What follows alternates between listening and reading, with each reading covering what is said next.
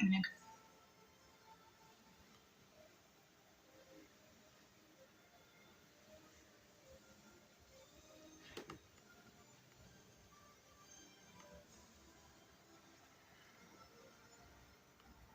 Sound check, testing, testing. Sound check, testing, testing. All right, and we're on, and hello, and / good morning, / good evening, / good afternoon to wherever you may be.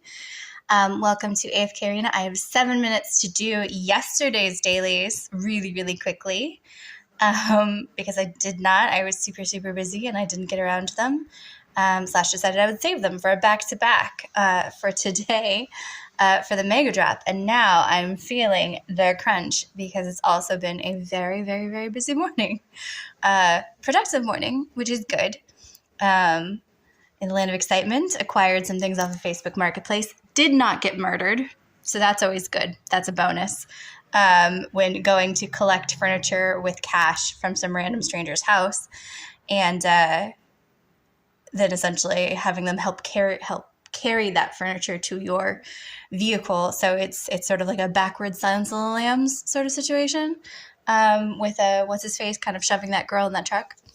But didn't happen. So cool. Did, however, comedy come home to a spider incident that I did not anticipate in the garage, where I these lovely tables that I've gotten, they need to be sanded down and repainted before I do anything. So I opened the garage. I went to put them there. I noticed on the wall, that's a giant spider.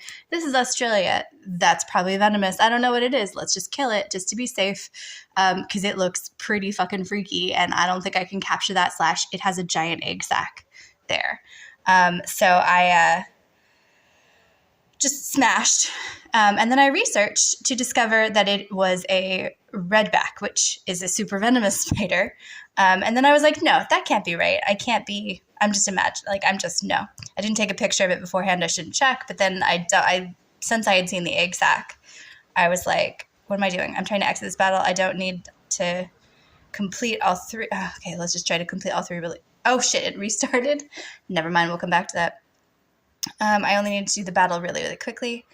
But since I'd seen the egg sac, was able to verify that visually as well, that yes, indeed, it was a redback spider lurking around my garage, which means I need to figure out some sort of pest service, because I'm just not down with that. And it would be really sucky to have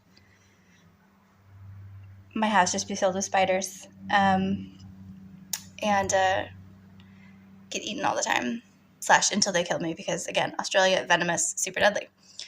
So that just happened, and then I looked at the time and was like, shit, if I want to do my dailies, I need to hop to it really, really quickly so that I can get these sorted and claim the double prize, because the Mega Drop is going to hit in, where are we at?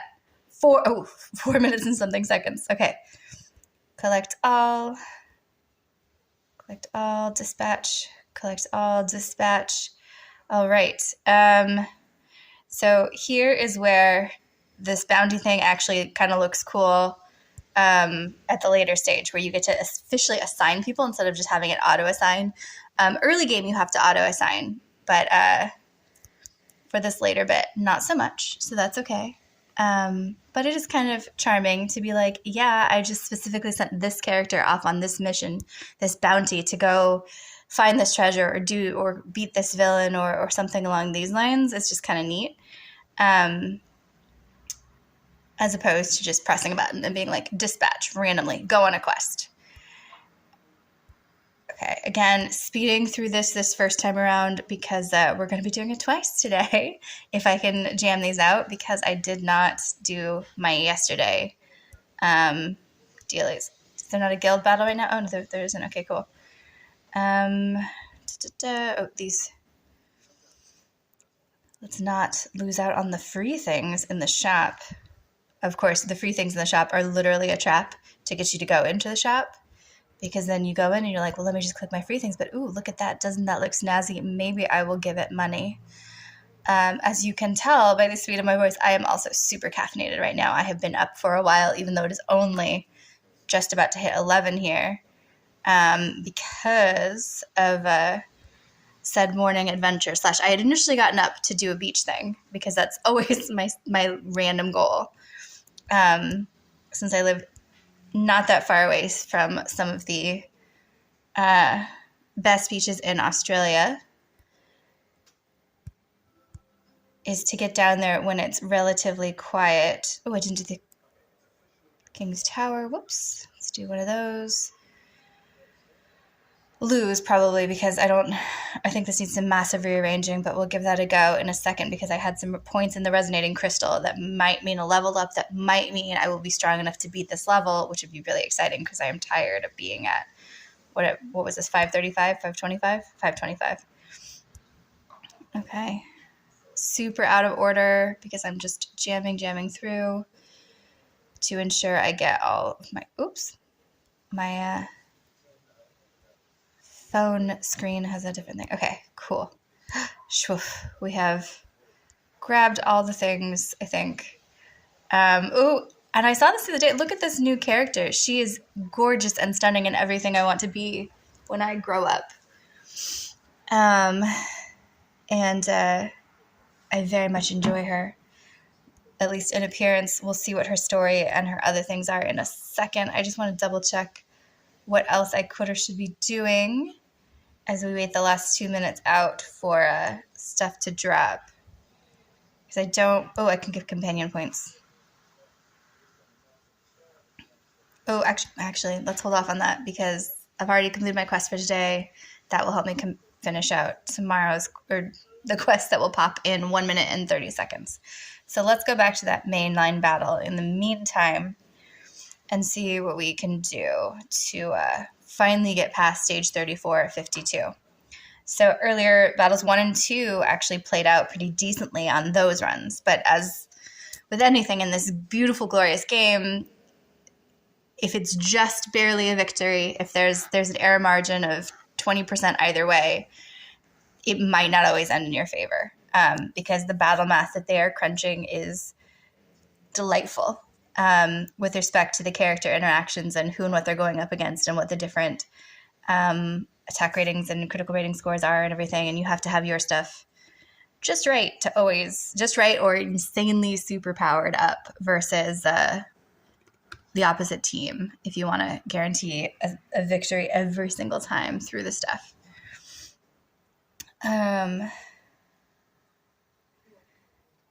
But this is looking pretty solid. I have 3 of mine left, 2 warriors and a tanky tank. So, all right, so that leaves just battle 3. Now, on battle 3, I've used up most of my Graveborns to counter the Lightbearer cluster that's there. And so that's left me mostly with Wilders if I want to get my full stained glass scores of HP plus 25, attack ratings plus 25%, HP plus 25%. So that's great. Let's just try it. I mean, they're leveled up slightly from the last time I played, so let's see if this will roll through. And if not, we'll analyze what's happening and see if there's some better placements. So Gwyneth has gotten frozen by Tazi, which is great in the back line. Cecilia, that's their Cecilia, has run across and murdered my Sirius. So that's not good. So let's see if we can't do something to counter her instead or to freeze them differently. So let's switch Tazi into more. So hopefully Tazi will freeze Sophia up here in the corner instead of Gwyneth here in the middle. Let's swap Sirius and Oku. Maybe Oku can hold out against Cecilia longer, and let's give it a go. Although I think they're both kind of tanky, so I think. Let's double check what Sirius's mega powers are. I know he has that delightful tidal wave AoE burst that he can do. But I'm not sure otherwise. Okay, so they've knocked out of the park again. I didn't get anybody down. So let's nix my lineup as I knew it. So let's send Cecilia to deal with Sophia at the back line. She's going to run behind and come at Sophia from behind. Since I have a light bearer there, I want to at least have 3 of one faction or 2 and 2 of one faction so that I can get my full extra 25% from the stained glass window at the top, because Taylene here as a Celestial will give, she's essentially that wild card blank Scrabble piece. She'll act as a third member or a fourth member to whichever to ensure the activation of said little delightful window. Okay, Cecilia. Let's try Gwyneth v. Gwyneth. See how that action. I don't feel like that'll go well. Let's try Gwyneth against the twins down there. Let's try Lucius against Elfrida. And then, since we want something super warrior-esque, let's send in our warrior mage, Granite. And let's see how this plays out. Okay. So Cecilia's run behind. She hasn't stopped Sophia from popping up her big laser pyramid, but she is distracting her from doing other things, which is good. Though her energy is getting full, so she just, oh my gosh, that was such a good save. Just as Sophia started to pull her giant orb ball in. Go team! Well done, guys. Okay, so rearranging, fuck yeah, totally rocked through. In the meantime, okay, our quests have reset, so now we are officially on the Sunday Mega Drop. And since that one played out in the crossover time, it's actually already ticked a thing off our list. In the meantime, let's send some companion points.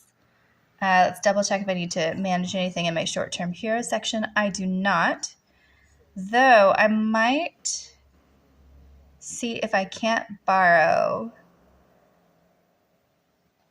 a character. I'm looking for Merlin. Where is he? Merlin. And we'll apply it to my fabulous new Twitch AFK friend Madara and see if we can utilize them later in some of the quests that we might do today.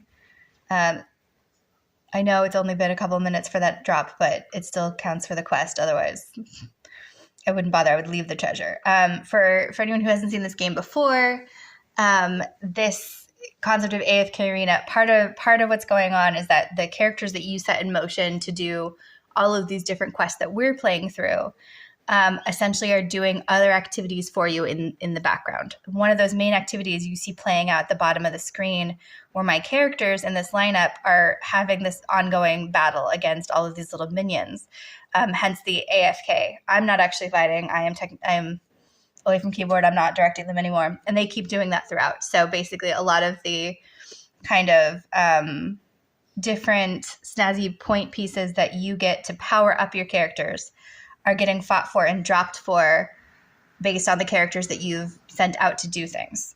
Meanwhile, when you come into the game, there's this series of different quests and storylines to follow and games you can play. I don't play all of the games. There's a couple of them that I for one reason or another can't necessarily be bought to play. Oh, sadness. See, look, I don't have Fox Ascended, so this is going to be a lesser reward chest. But still, I have him at least 2 send out. So for instance, Peaks of Time, I have some left to play in, which I'm kind of excited about. Voyage of Wonder, some great ones to play in. Thrilling Voyage, I don't think I've actually, what is this one? See, coming soon. There's one that's launched that I apparently started but didn't finish, and so that might be worth exploring. The Labyrinth I play every now and then, usually when I'm trying to build up character points, but I don't see the point in playing it every other day because it takes you a really long time.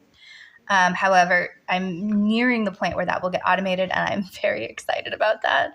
But Abyssal Expedition can basically go fuck itself. Temporal Rift can go fuck itself. I just don't enjoy those particular games all the time. When it was the first time that they popped up, I was like, yeah, I'll totally do this. But now that they're just a continual background task, no. I'm happy to play them once every 3 months when they pop up, if they were like one of the random sub games, but not constantly. I'm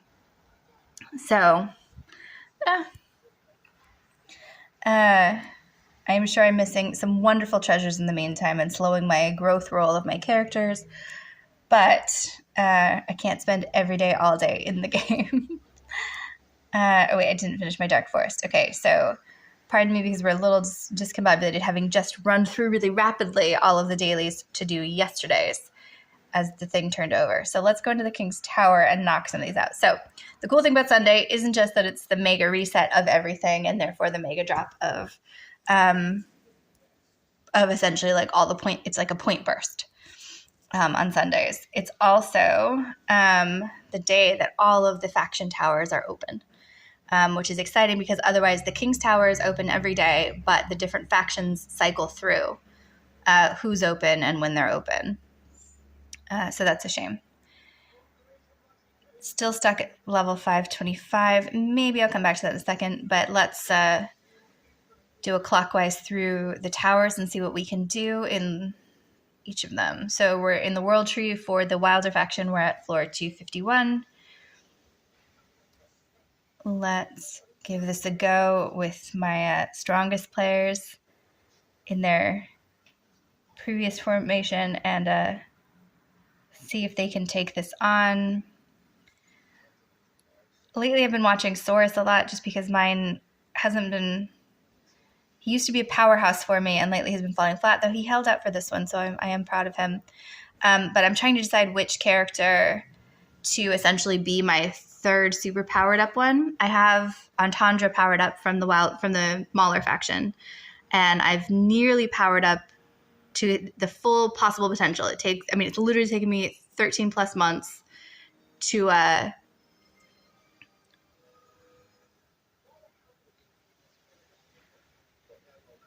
power up. And sorry, I have the Orville on in the background. And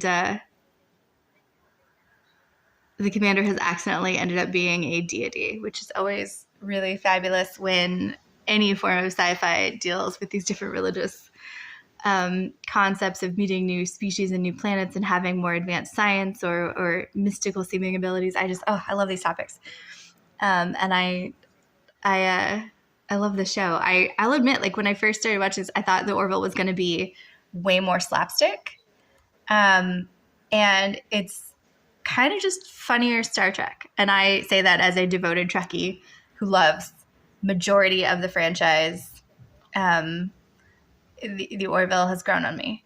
And it's nice that pieces like the Orville and Galaxy Quest, while not being Star Trek canon, can still kind of be Star Trek canon and be cooler in their own way, and delightful. Absolutely delightful. So, okay, back to the battles. So now we're in the Graveborn Tower, and we'll see what happens here. I got so distracted by the Orville, I didn't even pay attention to my swap from the Wilder when I'm just pressing buttons. I am a monkey in a room with a typewriter right now. And, okay, so defeat in the Graveborn Tower, that was the Graveborn Tower. That was the Forsaken Necropolis. So let's move on to the Infernal Fortress and see if we can move our Hypogeans up a level. So these guys, I've only just gotten this Aziz, and I am still so in love with him and really, really excited to try to target him, even though he's a rare one, and it's going to be a massive bitch, similar to my situation in the Celestial Tower with Taylene, where she's I'm forgetting what it's called. They're not just the Ascended. They're the sort of new advanced version of themselves that drops as a separate version, and that means their evolution is slightly different. Their card drops are minuscule. It's like 0.0002% possibility of acquiring these cards for these types of heroes. But now in the Celestial Sanctum and in the Infernal Fortress, I have my two particular favorite ones on the go. And that is incredibly exciting. Like I said, Aziz just entered the foray. For me, anyways, I just acquired him, so it's exciting because he's glorious, and I love his little nightmare realm that's part of his AoE power, where he takes everybody into a nightmare and then soul leeches their life away from them. If I remember the story correctly, it's him versus Tazzy. Each of the characters, they all have this very interwoven mythology that I'm only just starting to get my head around in terms of how they connect to each other and who plays with what. And usually each character, they do this cool, they've done this cool thing with the mythology where sometimes a nameless character in somebody's fairy tale that they've given you later becomes a character, and they'll do a throwback in their story to be like, oh yeah, remember that nameless warrior or faceless servant that helped this other character? Well, that's this character, and here's their story. And so you get this really neat interwoven mythology going on of how they connect, even though the characters aren't dropping all at the same time, and there's sort of a stagger to it. So for Aziz, I don't know the original Aziz's full story, but this new version of Aziz is tied to the wilder character Tazzy. And she's the one who defeats the Nightmare Realm, which makes sense in terms of her powers, because one of her powers is being able to put people asleep. So when they first dropped him, I think it was also one of the first, what I like to think of as the stained glass stories, where the animation style moves away from this version that you're seeing here to be a little bit more reflective of literally these little stained glass windows up at the top showing the power structure of the additional faction placement scores. And it's quite snazzy. It's kind of Anakin style to that beginning section of Disney's Beauty and the Beast, the 90s Beauty and the Beast, the original cartoon version, where they tell you the story of the prince and the evil fairy, and it is glorious. Actually, you know what? I think that new character had one that we might need to watch in order to get some diamonds. So maybe we will explore that and learn a bit more about that new character, as well as try her in the guild trials today, if they're open. They may be. They may not be. I didn't see if she had actually officially arrived or if it was just the precursor to her arrival. Meanwhile, my Maulers are rocking this battle. I mean, I'm never super surprised when the Maulers just push forward, because they really did accidentally, on purpose, become my strongest team. Entendre was luckily that first character that just I had all the pieces for. And so Saurus, and Thoron became my go-to team for a while there. And then once I learned a bit more about the game, I then started targeting Brutus and Granite to try to pull them in, as well as Citrana, who I will admit I love the aesthetics of Citrana up here in her belly dancing outfit. But having said that, she's not always as oomphy as I want her to be. But that's probably on me, to be perfectly honest. I'm probably playing her inappropriately as my sorceress, as my Mauler sorceress.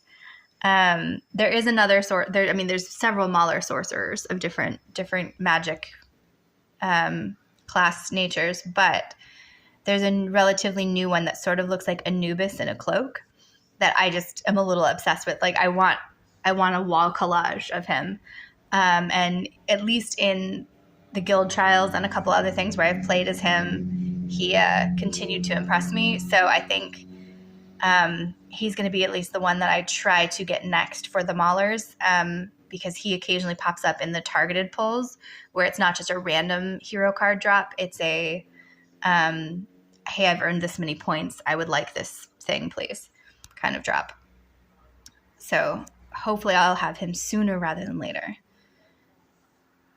Again, though, they're rocking. I'm almost wondering if I can get to level 300, floor 300, with them as is, because I think that would be my highest guild, my faction tower, rather, not guild.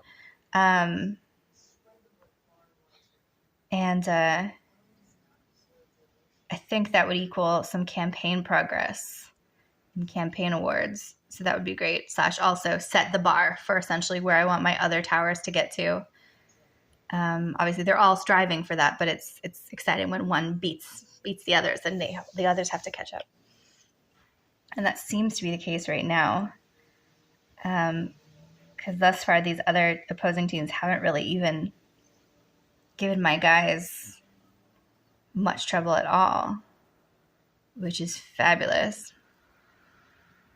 Here we go, Tazzy and Thorin remaining. I didn't see if this is Thorin's first death or second. That was it was his second. Okay, cool. Well done, team. Look at them go. I'm not even rearranging it. Maybe it's the formation, actually. This is, for various reasons, I usually stick Entendre in the front, but since I have my 2 tanks there, and she's free to roam around, and this really does seem to be a game changer, potentially. Because I don't think I've run through this many floor levels in a row for a very long time in the tower, in any of the towers. Max you can do in a single day in any given tower is 20. Oh no, Sophia's about to drop her power bomb. Look at that giant thing in the corner. Did you see it? And then she like tosses it out into the field and it hurts. Ooh, crystal ball cards. Hell yes. I love that. I think I either had 3, 5, or 8. 5 or 8. That's exciting because then I have 10 now.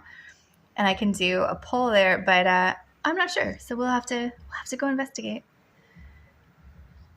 We'll also have to see now that I have Aziz if he's an option in the crystal ball section of the tavern. Because I think I had one of I think he was a Hypogean that I just moved over to now that I have Lucretia and Namora evolved up. I know, so many different names, and I still only know like a tiny, tiny version of them. Or not a tiny, tiny version, tiny, tiny percentage of them. But I'm getting to them. I love them. I want more merchandise of them. I want a dress. I want a Taline dress. I think that would be glorious. I mean, to be honest, I think every game should make like for whatever agenda, there just should be so much more printing of pop culture on fabric.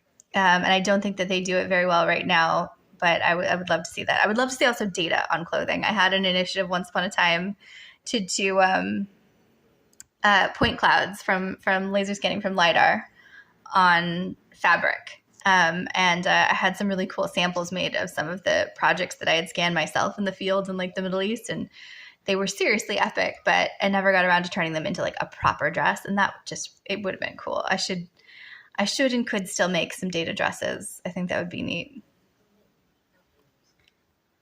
Again, there's just powerhousing through. I don't understand what shifted because I was having trouble with all of the towers the other day.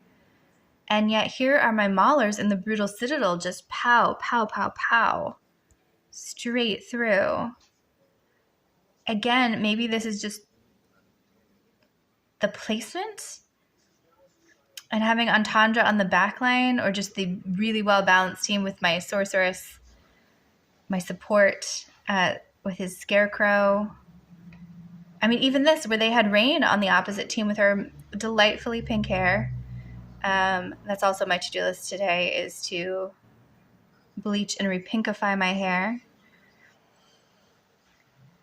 And just damn.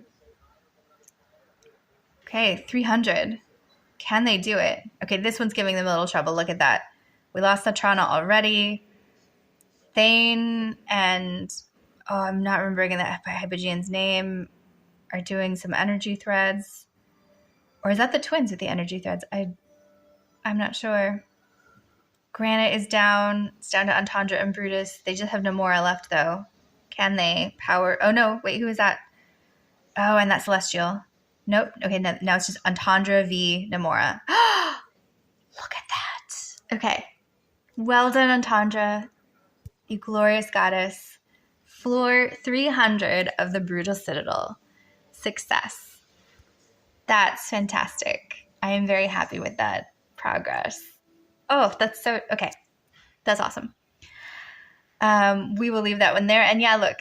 So 252 World Tree, 260 the Forsaken Necropolis, 266 the Tower of Light, and now 301 in the Brutal Citadel. Celestial and Hypogeans have only more recently opened, so they are obviously well behind all of these shenanigans going on. The World Tree, though, farthest behind. Now, let me look at my characters again, because I think this is something where I really was not prioritizing the Wilders in my evolutions very much. I had Saurus a lot from the beginning, so I just kind of went along with the flow whenever they were there. / I am actually super guilty of doing the early game sin of using higher up characters as fodder to build up other characters. And Leica, I had a gold Leica really early. I had her built up to gold, and then I fed her, I think, to Antandra. So it's the big sin. I know, but I did. And it has kind of worked out, but it does, look at that. It's at least 10 floors behind the average now in the world tree. So maybe I need to focus on some wilder builds, learn a bit more about some of the characters there, and figure out which ones will be these super powerhouses for the future. Meanwhile, in the Tower of Light, my gang, I think, is going to take this one. They just have 2 blue characters left. Cool. The food fodder characters. Belinda? It's funny. I used to love her, and now I'm like, what is her name again? I'm bad like that.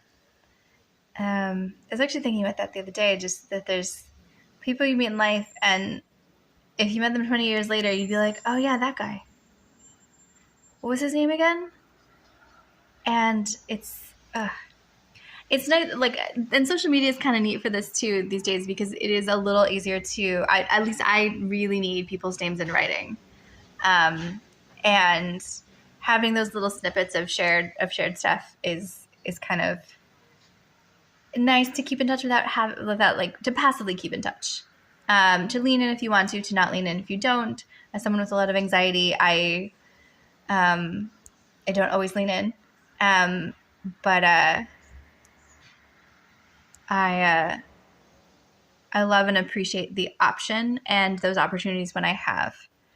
And recently, the incredible love and support from my social media networks on other channels, where I have a bit more of a following than my 38 people here, on Twitch thus far. Over the back-to-back tragedies of the last 18 months, which those who are randomly listening in ranged from wildfire to grandparents dying to moving countries, leaving the CIA, and all of that entails in weird stressiness, starting a new job, and buying a new house, and then discovering that the person you loved was actually hanging out with somebody else and professing their love and committing to them, which always sucks and is really, really hard to move past, I guess. Though I am trying. I recently joined Tinder, which is comedy gold in and of itself. The number of people that just send hi. That's all. You match, they say hi. Great conversationalists, they are. Although having said that, I'm literally here talking to myself right now. So great conversationalist I am for myself. But again, putting myself out there, rolling with it, even if this becomes a super awkward video game / digital diary. Anyone listening now or then who wants to follow up on what can check out Twitter and Instagram for further, because at least on Instagram I have been slowly posting my journey of getting back to my baseline, and me streaming here is part of that journey. Yes, crystal ball cards. Okay, 135 Tower of Light. Also, no, what was that? Celestial Sanctum. Okay, let's call it. That was good. That was a good run into King's Tower. A bunch of stuff got pushed along. I am so happy with that. And I think that was everything. Did it count my arena? Yeah, okay, I did do a battle arena. I'm not going to collect this all at once. I'll collect them later. Fuck the Labyrinth right now, at least. Resonating Crystal, which means I get to level up my dudes. I don't think it's a full level. I think it's just the blues. So to level up a character in this game is really fascinating, because you don't just go one level to the next level. You have all these interim steps you have to meet. So you're essentially exchanging those little blue swirly tokens in those in-between levels, and you're doing these purple essence powder for the main one. So, for instance, I've just done all of the in-between battles, which means once I have enough purple dust, I can move from 371 to 370. But then at 370, I need to spend more blue swirly tokens in order to progress farther. These purple and blue currencies are available here in the store, for example, as well as kind of along the way as different side drops that are delivered to you as you play. What happened in the unions? So this union section is where essentially characters that are tied together in their storylines, some of them, but not all, have these union pages where essentially if you get them all up to a certain point, you get bonus points if you play them together. Okay, so this is a situation where one of the characters I don't have Thane. So you can see I have Estrilda, but I don't have Thane of my own. The Thane I was borrowing to slightly buffer my characters and add some oomph to them has been evolved, and so I have to replace him. Which is actually, to be honest, it's a nice reminder of like, oh yeah, that character. I don't have him at the baseline good yet for myself, and it's something to work towards, I guess. All right. Short term, what's happening? Thank you, Madara, for the Merlin loan. I very much appreciate it. We're going to collect the mail that dropped. And let's see what we can do in the Noble Tavern. Okay, so we don't have enough diamonds or scrolls or companion point hearts to do a full pull. But we do, go back. But I do actually, in the main part of the tavern, have this purple card from yesterday that I didn't do anything with. And since I was talking about working on my wilders, let's do a wilder pull. So this is essentially after you acquire X, Y, and Z. Oh no, Tazzy. I think I might already have all of my Tazzy points. So that just becomes fodder. Oh no, and I just automatically did this without checking for Aziz. Okay. Aziz. We didn't get a hero pull anyways. But I just totally made that so much less fun than it could have been. Meanwhile, I don't... Actually, the more I'm thinking about it, the more he might not be in here. But if Aziz is in here, I will definitely be wanting to switch to him for the future. Until I get him powered up. No. Okay. So I feel less bad. Although there's my Mauler Sorcerer Anubis that I kind of like. But in the meantime, I'll leave the guy that I have it on. I kind of want him as well. In the meantime, as my next Hypogean that follows one of the traditional evolution stream paths. So some quick auto battle sweeps in the guild. Nothing super exciting to see. Now let's try this Cursed Realm. So, or wait, do I actually want to play this? Or I might not. I hate these multi-battle things. No. Okay. Let's skip that. That should be all the quests for today. Awesome. Lots and lots of goodies. I think still not enough diamonds to do a hero card pull unless some of these are offering enough points to do that. Let's grab all of our free things from the latest version of the store being open.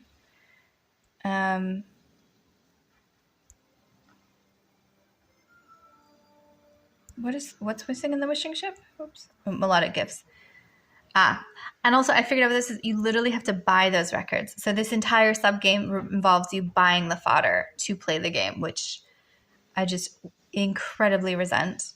One of the nice things about this game is that you can play a pretty significant oomph of it without having to push forward. Oh, wow. Okay, so this new character isn't even a new one. This is a new fancy version of Belinda, who I have. Okay, let's see what her story is. Belinda, a priestess of the Temple of Light, is devoted to the divine light. In this devastating disaster, the divine light isn't able to relieve the suffering of its followers. When seeking solutions from the elements, Belinda was overwhelmed by... Did we miss a page? What the hell is going on? I guess this is... Okay.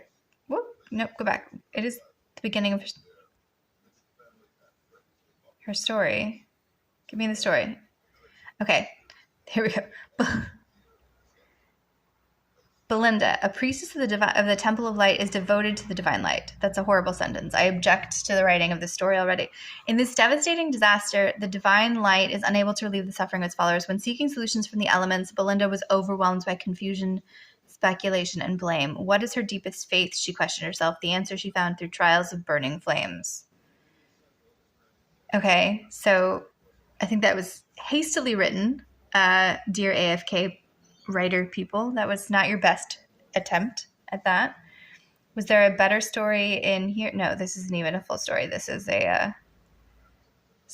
I do actually kind of like this. Essentially, some of the AFK things that are dropping are giving me special points that will allow me to color in a bit of these each day, which it is weirdly satisfying. And I hope eventually there is just straight up an AFK Arena coloring book of these, because look at that artwork, you guys. It's so stunning. I want murals, wall murals of it all. Okay, nothing new dropped in there. Does the new fancy Belinda have Bountiful Trials? No, we're still in the Bountiful Trials for Mulan, who drops in 50 days. Though I've already claimed her goodies. So let's go back over here and let's play this little gambling game in the Frosty Isles, which unfortunately is not the best or most tantalizing, scintillating content to stream. But hey, none of this is. This is just me and all the things in my head swirling around and then pouring out in random words as I draw out the gameplay. Ooh, okay, so this is the good level points. So we have to get 3 crystal ball tokens, 5 scrolls, or 480 blue hero bars, which is pretty epic. It's 60 of those for 1 hero pull. 1 people pull. There we go. And so that's mini blue hero pulls. And the blues are just fodder, essentially, for you to level up your other characters, but you need that fodder, that's for sure. Unfortunately, you only get to play the fancy level for 1 go, and then you're stuck playing these levels for just a handful of that. Though, I mean, some of these things it's not to be laughed at, because that's I think actually something I like about this game is that it's little things. It's just a combination of little things, of little tasks right now that keep you going, and that's, I think, something that I'm trying to especially... I was working on last year of just surviving each day by doing little bits and pieces, one little thing, rather than a giant to-do list of things like I historically have done, and moving forward. So again, the most boring as game, and I haven't played this in a couple days, so there's a buildup of these little tokens. What's happening also in the background is that those little flowers that are popping when I click that, I actually want as many of those as possible, because those are building up. You can see up at the top to be 302, etc., 303. And at 450 of those, I can trade them in for useful heroes, basically.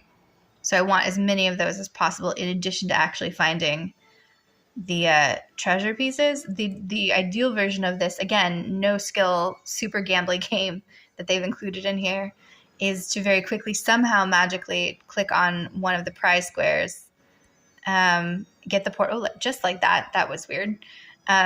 Get the prize, and then move on, click a couple of these, and God, I had so many of these built up. How many days has it been since I played this particular thing? Wow, getting so many Poe coins. Poe coins are useful in the Oak Inn, which is where the heroes collect their furniture, which, as always, sounds so lame that each hero has their own little fairy tale apartment in an apartment building. And their furniture basically powers them up further. And so you want to get all 10 pieces of their specific furniture. So it essentially is this clever way for the game to be like, hey, here's this other thing you have to collect in order to superpower your heroes. So for instance, my Entendre, who's at her max power of everything, she has all 10 pieces of her furniture in the inn. She has all of her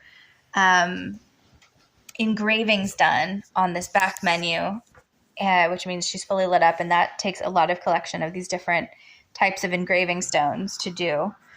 And then on top of that, her gear is all in busted out to its top potential as well. And even within the gear, there's like a sub currency, not just for the regular gear drops, but also, actually, no, I guess there's like 3 or 4 different currencies that you need in order to do that. And you need to finagle the right ones for your character's faction and type, and it's very complicated. I only vaguely have a grasp on it, to be perfectly honest, and it's hero by hero. So I know how it works for Entendre. We shall see how it works for Ains, Alguan, Algul, but yes, 5 scrolls. That, my friends, means we can go back to the tavern and do a people pull for some hero cards. Score. In the meantime, we have 21 more clicks we can make.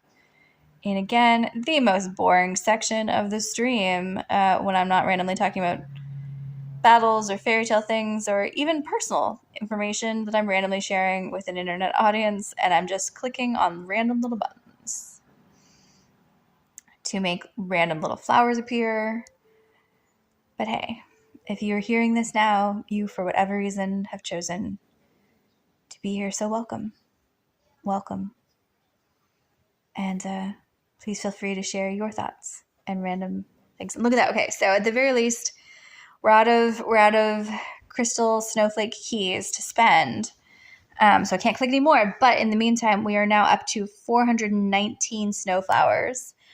And that means that we are nearly approaching the 450 needed to grab one of these celestial hypogeans. And if there was anyone that I actually wanted in the lower ranking, the mid-range characters from the regular factions, which there isn't. Actually, what's my situation with Thane? I think I'd rather have the Alna, but let's just double check what my Thane situation is right now. He's right there. That could be interesting, because I could get 2 Thanes. That gives me 4 Thanes. And that actually would give me an ascended regular Thane. Would that be worth it versus 1 Alna? Because 1 Alna just gives me surplus Alna. Okay, so maybe I want to try to get... Wait, what would I have needed in that to get 2 Thanes? Let's go back. Frosty Festivities. Give me the details. Okay, it was 200. So I could literally get 2 Thanes now. Ends in 5 days.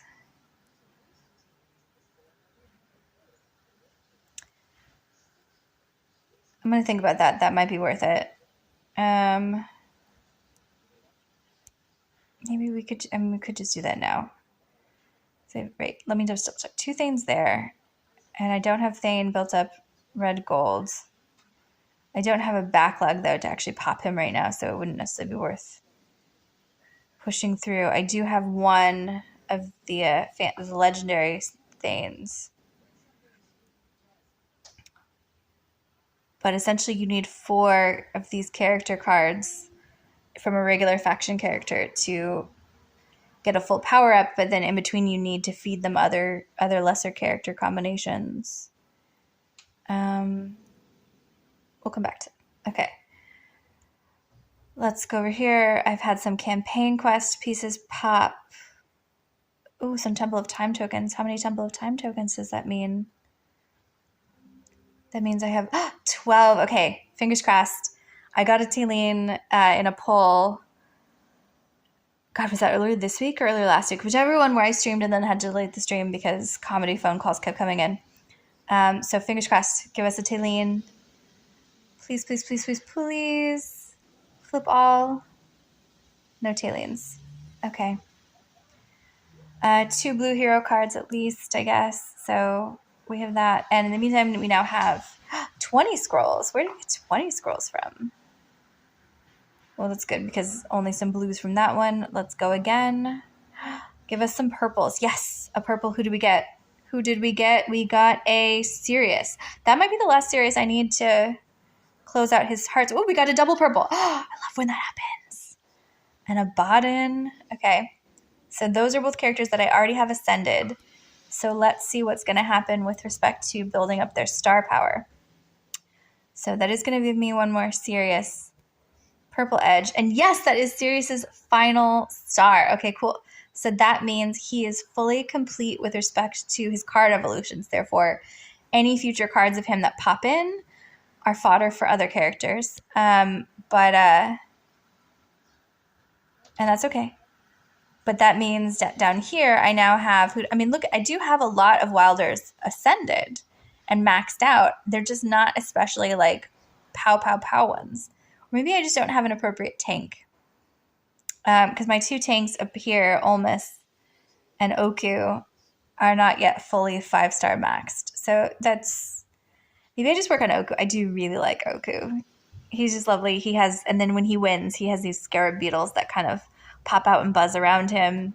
It's a clever interplay of like the bull and the beetles. And okay, so Sirius is down here at the max level, which is great. Then down here, I also have these 2 characters over here on the bottom right maxed out. Those are lower level blue characters, and they're essentially waiting as fodder for something else to need them, because there's the legendary there, but essentially I don't have very many other card options of anyone to evolve through, as opposed to like here where I have all 3 of these ones in red right here that could use a gold, but I don't have any golds to feed them yet. All right, meantime, let's see what's going on. Ooh, if I turn this Sevius into a purple, I have a purple Sevius already down at the bottom that I can combine. So now that one's ready to be consumed when needed and or turned into a gold, because now I have 2 Seviuses waiting there. And if I get 2 more other purple-edged or gold-edged purples of any other character that is fodderable, that I can feed to them, I can combine those into a gold to then feed to my reds. Meanwhile, what else did I have any potential moving forward on? I have a bunch of Muriels. Why do I always want to call Muriel Belinda? Because Belinda's this one, right? And this is, oops, it won't even let me show her. There we go. Belinda. This is the character that's been turned into now the fancy legendary plus that I was admiring earlier. Okay, what's going on down here? Nothing exciting. I don't have any. Oh no, I do have a purple version of her waiting. So let's feed her into a purple and then turn her into a double-edged purple. There we go. And now she's ready and waiting to be future fodder. Nothing progressy here. Now see, these ones are going to be a bitch to get all the stars on. And that's kind of what makes this particularly interesting, because I don't actually know what it will take to get Taylene all of her stars and what that will equal. And I'm a little scared, to be honest. I'd set it as my goal in like April, May-ish that I was going to get Taylene all the way to the top. Because I was for a hot second considering putting that this game, and I was like, no, not until I do this. Picking basically one of the most accidentally tactically difficult things to do as my like end goal. So she's slowly getting her way. Okay, I have some of my weeklies done. Let's see if there's any others of these I can power on through. If I do the labyrinth, I get a bunch of those. Oh, let's do our furniture draw. Again, a sort of a gambly thing, or not gambly, but it is like putting fake money into a slot machine and seeing if we get a winner, which I probably should avoid in game form. Definitely avoid in real form because I don't want to get such an. Ooh, this one will have a red. So who did we get? Okay, so we got a piece for. Oh, that might be the last piece I need for him actually. But I need 4 of these pulls, so let's do that. This is one of the reasons why I collect Poe coins every day, because I like to just do my 4 draws for the week in one go. All right, so we only got 1 red. Just kind of a bummer. Ooh, and we got a free red actually, so that might be useful in if there's anyone else that we're close to closing out, or we can just literally close him out. Because look at that. This is our 9th piece of furniture for him. That's fantastic. Is anybody else close? He's not someone I super play with all the time, so I'm not as excited as closing him out, but here, let's see where we're at with folks. Choose a hero. Okay. So where do I have any other 8s? 4, 8 for him. No, I don't. Okay. So let's close him out and get him off my top list. Right. Cool. Final piece of furniture for Eldward, our man in the iron mask. And we'll give him his, let's see, what was it? It was a 2nd piano, because clearly, I guess, more Phantom of the Opera than with his mask. But then I need to change my wish list. Where does that live? Actually, I think that's in the workshop. Right? Yeah, there we go. Okay, so let's get him off the wish list. The wish lists in these games slightly increase the mathematical odds percentage that I'd be able to pull that character. So they are useful to keep up to date, because it would suck to just keep getting Eldward furniture, but there's no place to put it, right?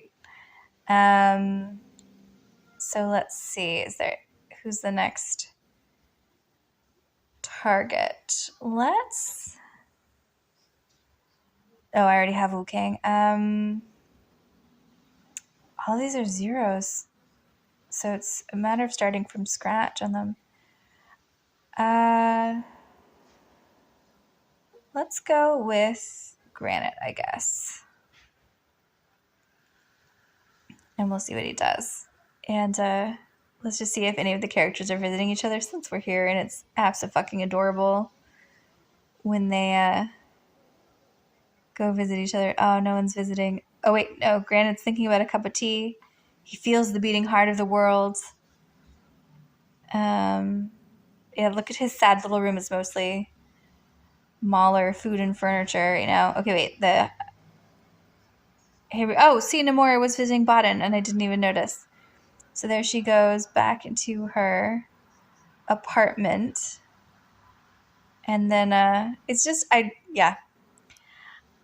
just really appreciate the randomness of the thought that went into this, being like, here's how we will strategically store the extra critical attack ratings of the characters. We will give them furniture and put them in an apartment building and then have them visit each other. Because again, this game is called AFK Arena. And so this notion that these characters have these rich lives within the game, like Wreck-It Ralph style, I find it delightful. I enjoy it. And that is what's kept me coming back every day. Even on really shitty days, sometimes I'll get too busy. But often on my darkest days, over the last 18 months of suck, this game has been something reliable to lean into. Okay, but there was something in the events that I wanted to do, and now I'm spacing. The Battle of Blood. All right, so for the Battle of Blood, which is one of the temporary pass-through games that will be here for like a week or so, and every day this week we therefore have to do, or for 2 weeks, I guess, we have to complete 3 battles of any kind and achieve 2 victories ideally. So some combination of those will get us all the daily treasures. This game works via, it's going to give me some random cards to choose from, hero cards. And myself and my opponent are going to see our hand of cards. Each of us have different cards, obviously. I mean, we might have the same character in our hand of cards, but it's essentially a grab bag. We get to place our characters blindly. So there's my first two. I'm going to put 2 wilders down. And then we'll see what the opponent put down. I missed their name or what guild they were from. So they went with Arthur, who's a dimensional tank, and that robot celestial. So I need to have some Hypogeans to counter them. Otherwise, it's going to get messy quickly. And then I'm going to go with that celestial Zafriel to power up my stained glass window all the way. Because essentially faction-wide, unless I had a really strong like Mauler or Liber, like faction team of one of the other groups, you always want to have Celestial Hypogeans on your team against opposing Celestial and Hypogeans, is my understanding of what's going down anyways. But again, Super Space Cadet, only half year.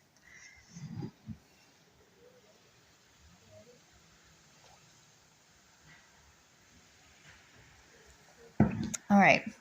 This is not going well for me. Nope. Okay, their team massacred mine. So congratulations to my opponent.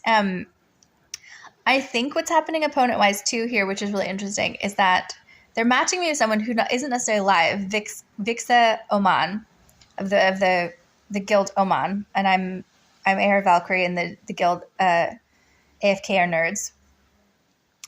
And I think what they're doing is they're picking a previous play that's been made.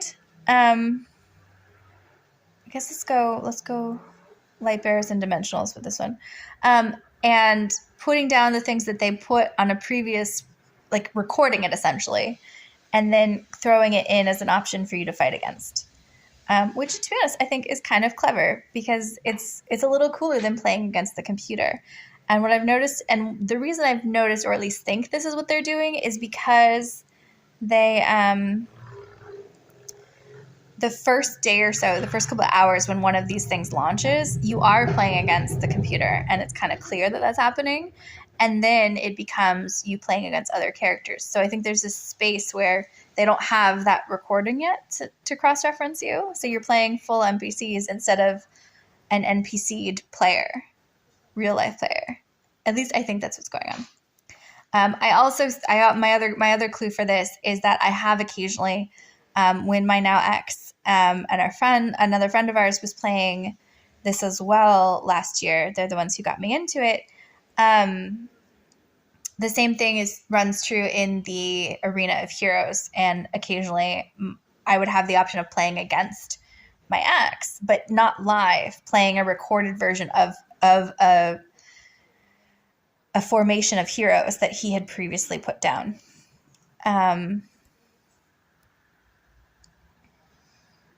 It's a cool way to turn our actions into data that they can then reuse and save time and energy themselves. So well done to the AFK team for coming up with that concept, really. I mean, again, there's just, for all that there are pieces of this game that I don't super love to play or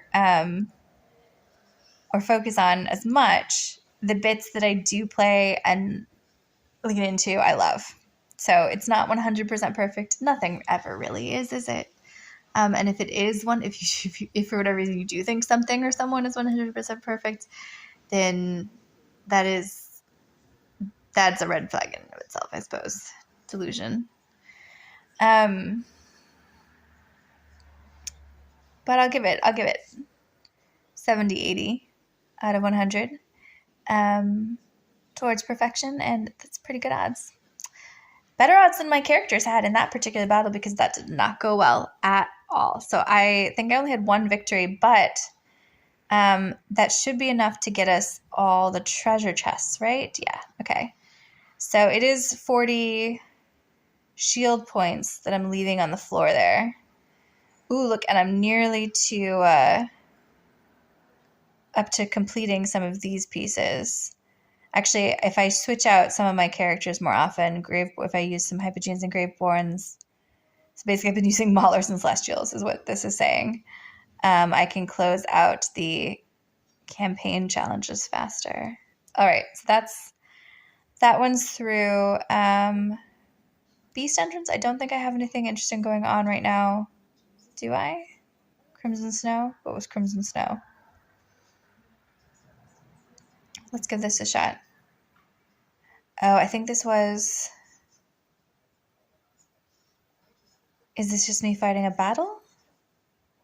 To move up that quest line? Let's see. Who am I up against? Okay, Joan of Arc. The sort of Frankenstein sorcerer. The super, super shield tanky guy. A Mauler. I would hope my team can take this one. But they're not necessarily going down. Oh, they have that kind of newer Wilder as well. I'm not familiar with him. I don't know what his thing is, but he's clearly made it to the back line somehow of my heroes. So he's distracting my folks a lot. Like, look at them all clustered way over on the far side instead of going through. So maybe this... You only have 1 minute and 30 seconds for each battle. So if your characters can't kill them in that time, you automatically... Oh, shit, they got my Salaki. Okay, Salaki's down. So my mage is down for the count. They did finally get rid of that Wilder, though, so that's promise. No, they didn't. He's still there in the middle. I take that back. And you got my Antandra? Holy fuck. Okay. Anasta, I don't know well enough to know if he's going to carry this, but Aziz and Taylene are support, so unless Anasta powers through in 13 seconds when 4 of the 5 of the opposing team are still alive, it's not going to happen, but I do like to give them the opportunity. 4, 3, 2, 1, nope. Auto defeat. My dudes did not make it in time. All right. So sometimes these are fun. Essentially, you're doing these little battles. You move yourself along. At each of those points, you have an opportunity to get 3 stars. And then depending on how many stars, like 30 stars for some crystal ball cards for 10 of those would be great. But I don't seem to have been doing very well in powering my way through those. So moving on. Treasure Scramble and the Temporals, I don't play. I have 16 days to finish the Misty Valley. The Midwinter Wonderland ends in 3 days. Which one was this? Did I finish this? Or did I start and wander off? To be honest, I'm usually starting and wandering off. Oh, okay. But this is a riddle quest. So let's see if we can work our way through it. Midwinter Wonderland. Hidden deep within the howling blizzards of the snow-capped mountains, a mysterious amusement park appears during the midwinter festivities. There, you can find merry-go-rounds of all shapes and colors, parades of marching elves and flying fairies, and tables full of tasty treats. This fanciful fairy tale has been passed down for generations in Hesperia, and countless children have dreamed of seeing it for themselves. So if you believe in the Midwinter Wonderland, then pack your sledges full of presents and prepare yourselves, for only those who pass the park's 3 trials can enter through its gates. Interesting. Okay. I like the mythology, though I would worry if that was someone's actual sort of fairy tale. This notion of little kids trying to, I don't know, go pack themselves up into the mountains for this festival and then getting frozen out there and dying. All right, so this one I had gotten stalled on. I remember now. I'm stuck at that little ribbon thing, which should be something I can collect or walk through. So let's do some quick research on a different monitor. Apologies. And figure out how the fuck to beat this thing, because I deeply resent when I get stuck at things like this.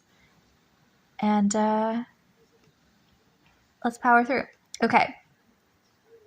So here is what the AFK Arena Guide has to say. Voyage of Wonders is one of the most interesting events in AFK Arena. Bringing a new, fresh air into the game, Voyage of Wonders gives players tons of fun, tricky puzzles, as well as countless valuable rewards while discovering different maps. The map Winter Wonderland is currently available for play. Thank you. Yes, thank you. I had realized that. Oh shit, for some reason the pictures in that aren't working. Let's find a different guide.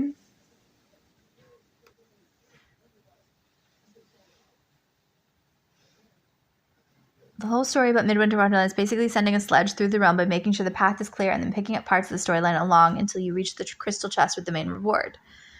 The main reward is 10 stargazing cards, along with all the shards, coins, and event items picked up along the way. Okay, so walkthrough. Step 1, as always, you will start off with a short conversation. So I've previously done that. I've done that. We started off, we beat the first battle along the way. Use the red lever to unblock the path and then send the sledge on its way again. I've done that. The sledge should now have reached the next checkpoint.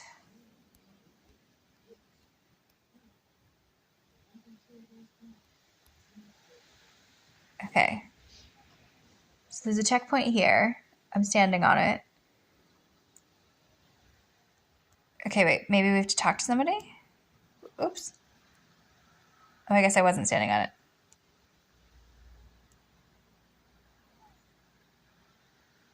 Can I talk to them? No. Ringing the bell makes the deer move towards the next platform. Hey, stop it. Pressing depart makes the deer move. Pressing recall allows the deer to return to the station if it becomes obstructed. So is that what I needed to do? I needed to move them to the next platform? Yes. Okay, because I can't collect the presents. The deer on the sledge can. Oh, that's tricky. So my goal is actually to move the deer along. Okay, so Satrana, the Flame Weaver, in her winter gear says, great, we've reached the first stop.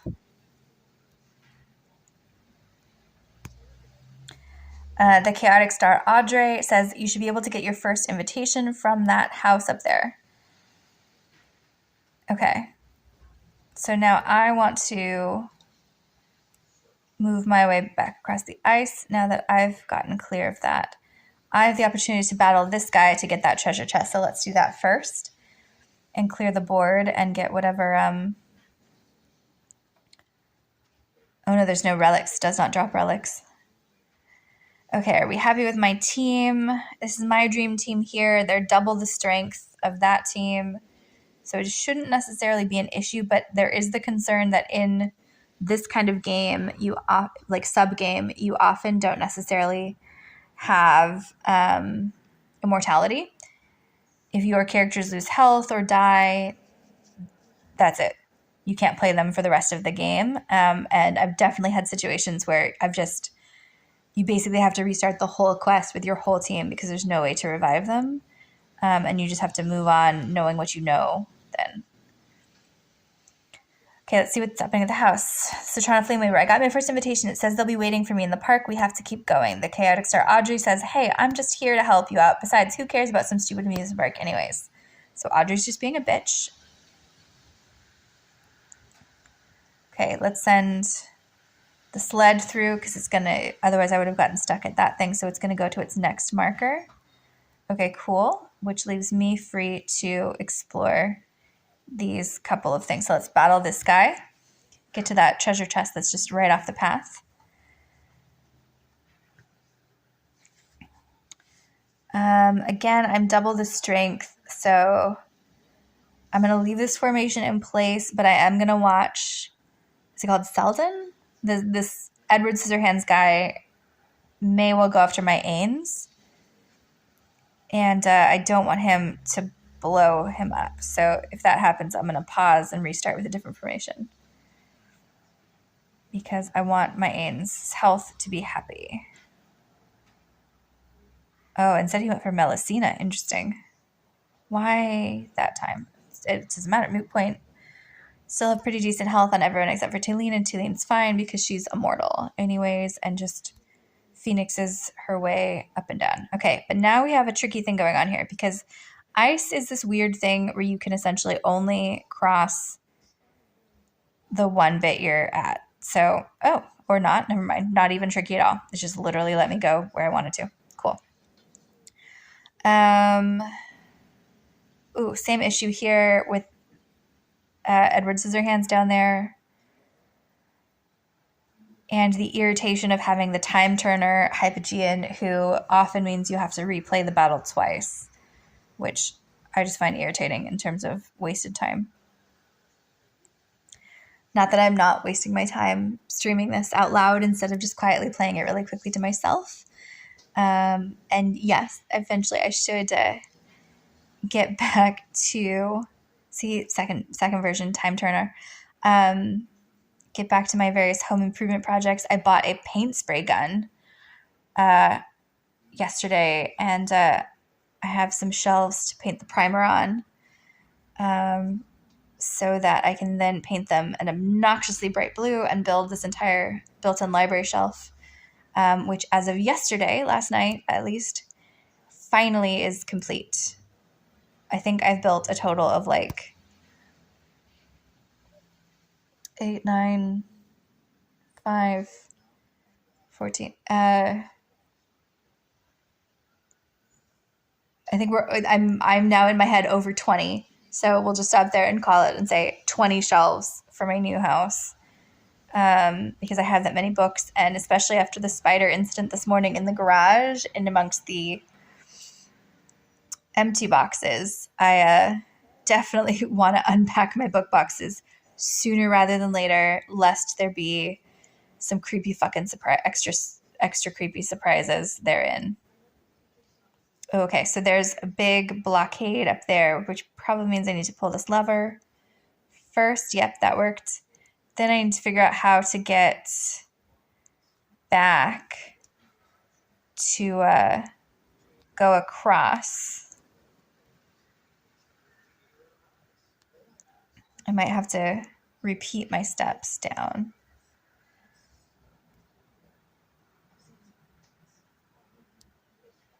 There we go. Okay, let's ring the bell, move along our Santa sled. There we go. It got rid of the blockade in the way, and it opened up two possible battles. Just two? Yeah, two. So first, let's take on this one and get that treasure chest.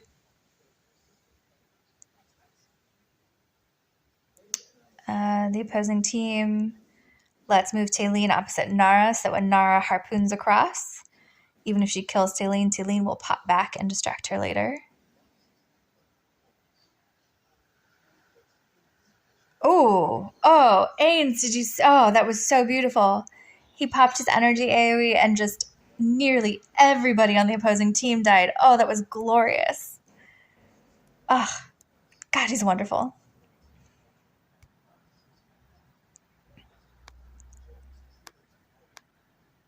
Okay, I'm not sure what that, let's go get that little house thing going on over here. Through this battle, I think that's this invitation. So I think I need to get not just the treasures, but these invitations to the Midwinter Festival. Nothing controversial about the opposing team's placement, so let's just play this one out and see what happens. Did you just kill my Ains? No. Unacceptable. Try again. Stopping the battle, not letting that happen. Oh, yeah, look, he's like at super low health. Ugh, so horrible. Okay. Let's put my healer in with everybody to keep all of their health up. Because Melusina's almost down too. And I enjoy her different magical sorceress powers, and I want to keep them going strong. I wonder there must have been a major energy suck right at the beginning of the game to kill Ains automatically. I'm thinking that was Zafrael, the celestial in the white robe who was up there, but I'm not sure, to be honest, who was pulling that. Okay, dear child, you have that was very speedy. Okay, a house containing the second invitation to the Midwinter Wonderland, only the quick-witted can reach it. Okay, so we have 2 invitations now. a multitude of treasure chests. Now we have to figure out where we go next. So the path nearest me is blocked by this purple. And the lever for that was down there, that was the lever for the blue one, actually. So that green level may well change things around, but first let's go here and collect this invitation, because chances are if I raise the lever to lower for the purple, it will fuck with everything. So let's battle out this one since I can get across here. See what's happening. Okay, nothing controversial, but also let's watch our points, because Damon and the skeleton guy are up on the far right edge of the battle, and they were also in that previous battle, and they could have been the energy suck. No, they weren't, because look, the health point stayed, and that's not just Merlin. So it must have been Zafriel. So there's the possibility, I think, if I put Ains back in with Merlin, maybe sub him out for Melusina, as long as I don't have a life leech right at the beginning, I should be able to heal him without it being controversial. Okay, that was a lame prize. I'm so not super into the beast thing. Okay, so this is going to be tricky. That's what they meant. It's going to be tricky to reach because it's in the middle of the ice, and the ice can be a pain in the ass sometimes. All right, so I might have to go around. Where did I just go? There we go. So let's check out this lever, see what happens. So this is a green lever. It's going to lower. It didn't lower that purple. It did lower that green. There's the purple one. All right, but now I'm still over there. But now I can get here and then I get blocked. No, and that just leaves me back and forth. Which other one can I get to? Am I literally just stuck at that one? Okay, so that's not helpful. Let's pull that lever back. There's usually an evil trick to these. So that's the problem. All right, let's go back here, and let's also ensure to send our little reindeer friend to his next thing so that he doesn't end up trapped over here. But now you're trapped. Okay, but then if I go back over here, that's the one that one lowers. So that's what that was all about. So let's lower that. And then I think my reindeer friend can carry on, right? No, it needs to be at the purple. To get to the purple, I need to be over here somehow. But that also involves lowering that purple.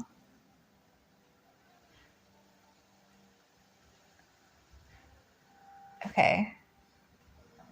Tricky, tricky, tricky.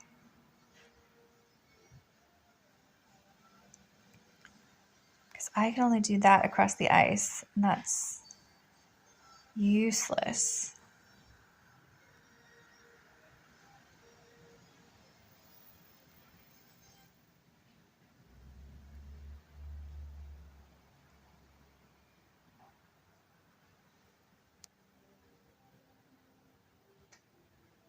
Okay, wait, let's lower this again. See, this is where it gets kind of like little mini evil versions of the Zelda shrines, where you're just like, what the fuck is it doing? And there's some sort of little trick about the arrangement of things that leads to this, right? Okay. Clearing the camp just above it, and use the lever to the stone next to you to tap the position and block the path.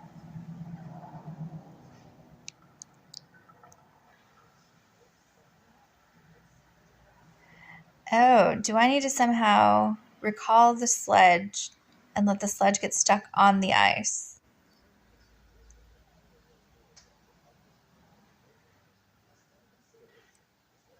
Recall. Okay.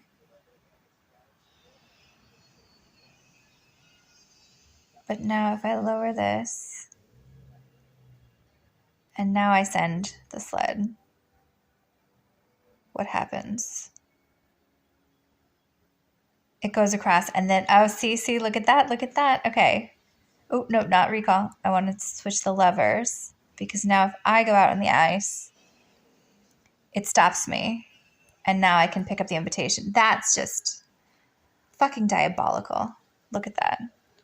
Okay, you've collected 3 invitations. Head to the admissions. I don't have any opposing battle. I do have this battle over here that I haven't finished to collect that treasure. So let's go collect that really, really quickly, because I hate to leave all of the little treasure chests behind. Opposing team. I don't think this one will have the energy leech, so let's try this one and see if I can't get Ains some health back from Merlin. Because, yeah, Grizul's going to focus on his little gremlin builds. The other Taline will have an AoE, but she's not powered up sufficiently yet. Yes! Health back to Ains. Okay, cool. We're good. We're good now. We've got him back. It's exciting. Although their little, was he Silas with the tentacle injections? He's a pretty decent support character for the enemy team. How is there Santrana, the one that's holding out? It's always really interesting when she does occasionally really power through. And I didn't think much of her. She's slowly growing on me. This also, and she looks like she's from the Gerudo town in Zelda Breath of the Wild, and I kind of love her for that too. But that's such a big bias at the same time. So actually, you know what? With the sled block like that, that's probably how I get to the purple lever too, isn't it? Oh wait, there was also a purple treasure chest I needed to fight, wasn't there? Yes, that is how I get there, because I used the blockade. So sneaky. Okay, opposing team. Nothing crazy. Let's give it a shot. In the current formation, see what happens.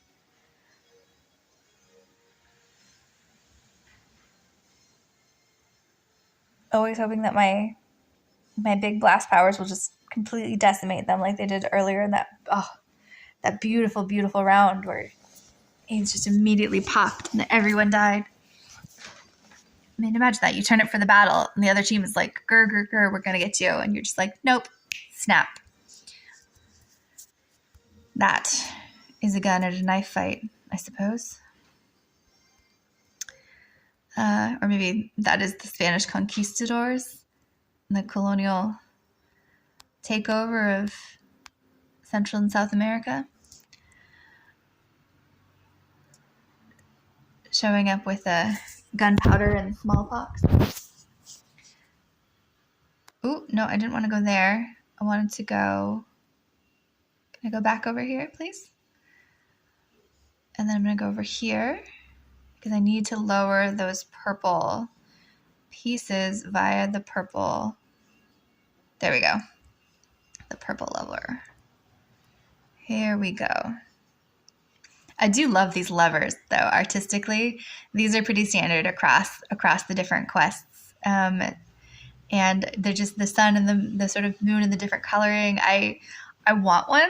I don't know what I would do with it in my house. But I love this notion of there just being this mysterious lever, and you're like, oh, hello, visitor. Hello, guest. Don't press that. There's a great thing I saw the other day of someone who just put random-ass buttons in their car. And when people would get into the car with them, he'd be like,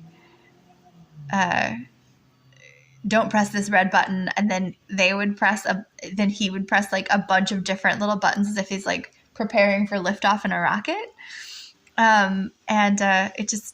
It's just funny, I think. It's clever. It's amusing. Okay, now I want to go, because now I need to go. Oh, that's okay. I can loop around all the way. Nope. I need to go across the ice, and then I need to loop around go back. I need to loop around to get back to the recall and resend festive bell because I need to recall the reindeer sled. And then I need to send it back out again now that it can go all the way through. Okay, here we go. Because now it can get rid of that ribbon for me and I can join it over here. No, don't take the ice. Oops. It's a trap.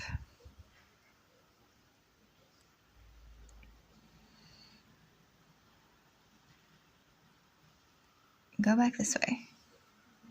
Okay, I guess we'll do this in stages so it does not get confused and keep trying to go across the ice. Yes, the ice is a lovely shortcut.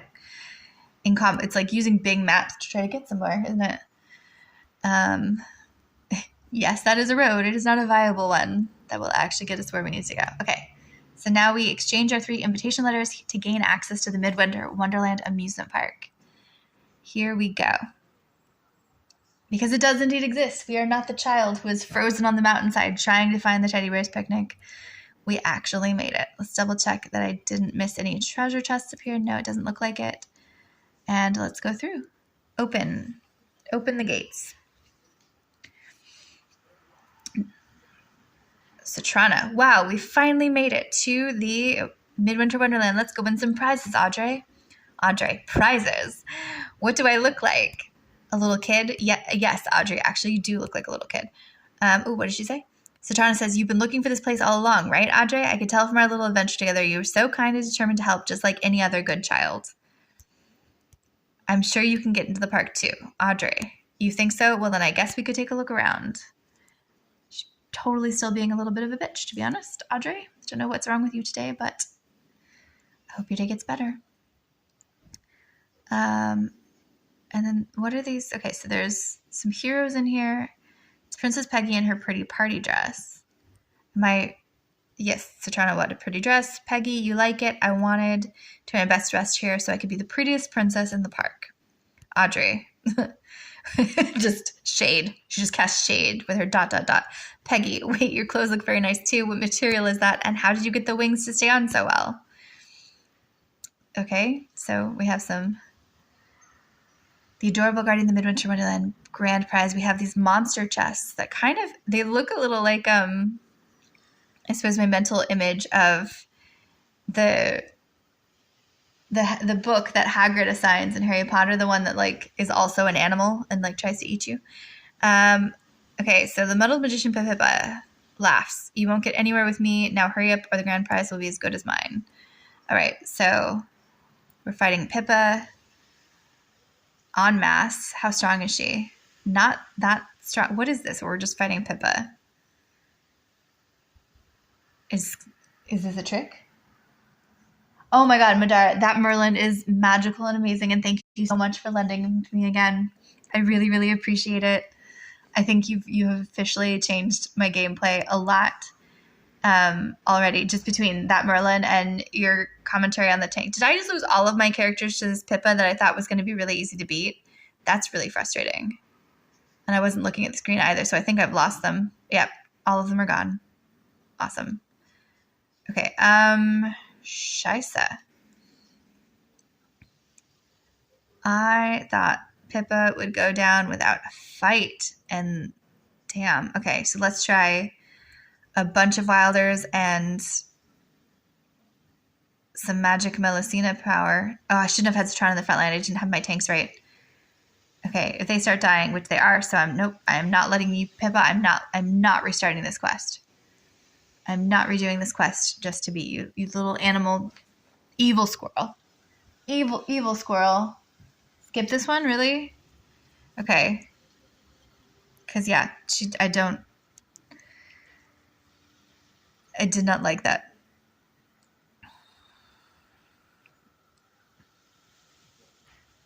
They're all on the edge of the map. Don't I need to complete those to win the thing? Did I already win the thing? Okay, I've gotten all the treasure chests, so how do I get the final box? Let's go talk to Rowan. It's a fake out. God, I hate that. Rowan, Rowan. This could be a problem. And after all the trouble I went through to get to the Midwinter Wonderlands, I just wanted to sell some souvenirs. I wasn't expecting Princess Peggy to be here too. What does that mean? Do Rowan and Princess Peggy have like a thing going on? That's a little sketchy. Okay, so wait. The instructor from here also transform other chests and activate the carousel as well. The last chest on the right side will then turn into the crystal chest with the main reward. Oh, so I don't even possibly have to battle all of these. I just have to. There's a fake Raku one. The real one is both fighting. Oh, okay. Okay. But really though, do Rowan and Princess Peggy have like a little thing going on? Also, why does Rowan always sound like he's some sort of drug dealer? His souvenirs, his magic, his medicines. It's literally an orphan boy peddling drugs, isn't it? Shush, quiet town, you two. Now then, could I interest you in some limited edition Midwinter Wonderland badges? I've also got some scarves and mittens here. Mittens of cocaine. Clearly, Rowan. Let's activate the merry-go-round per the instructions. Here to start working in if I transfer some energy to it, Audrey. Okay, that was nice of you. Damon, the Forsaken Child. Wow, it worked. Come on, Stitchy, let's go for a ride on the merry-go-round. Great idea. I shall draft a blueprint of its design right away. The children will definitely buy tickets for its outside counterpart. This park is perfect for a princess like me. Wait, is that Rowan? Get back here, you dirty rat. Pippa, this is what I've been waiting for. This is so many characters all talking at the same time. Raku, I want to ride too. Okay, well, I'm glad you all enjoy that. Okay, so Damon has this thing going on. This is the fake Raku then. So we'll start and then leave. And then we just want this one. Where it's both. Okay.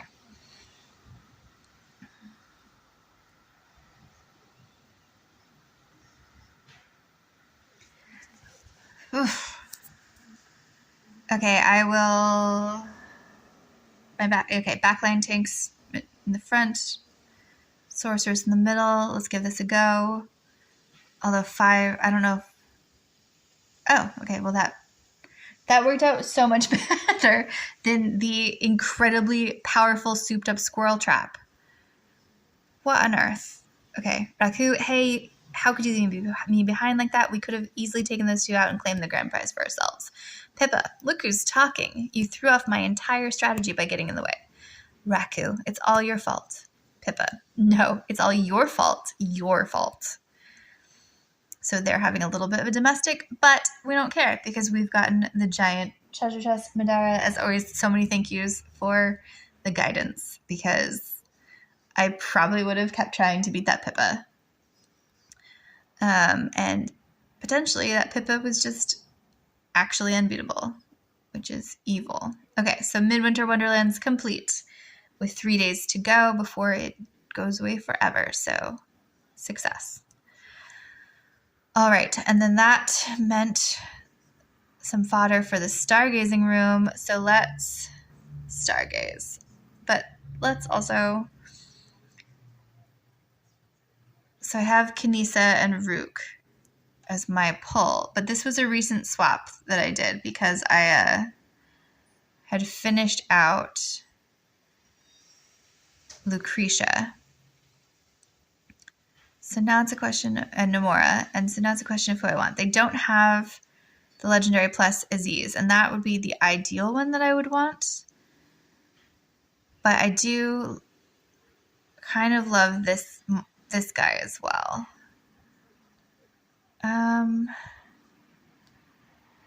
Actually, let me go all the way back and see what I'm doing. Or maybe I want that witchy widow one. Let's go look at my Hypogeans and see what's going on. Okay, so these two are ascended. I could be working towards their stars, granted. Legendary Aziz isn't going to drop in the tavern. Lucretia needs 1 star and engraving. Okay, then let's go back to Lucretia's and finish her out. Because I would love to have a fully powered Hypogean. So let's swap her back in. Oh, no, wrong button. Yes, we know you're Kanisa and Rook, Chimera of Ire.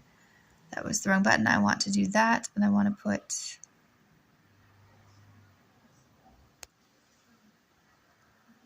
Lucretia back in.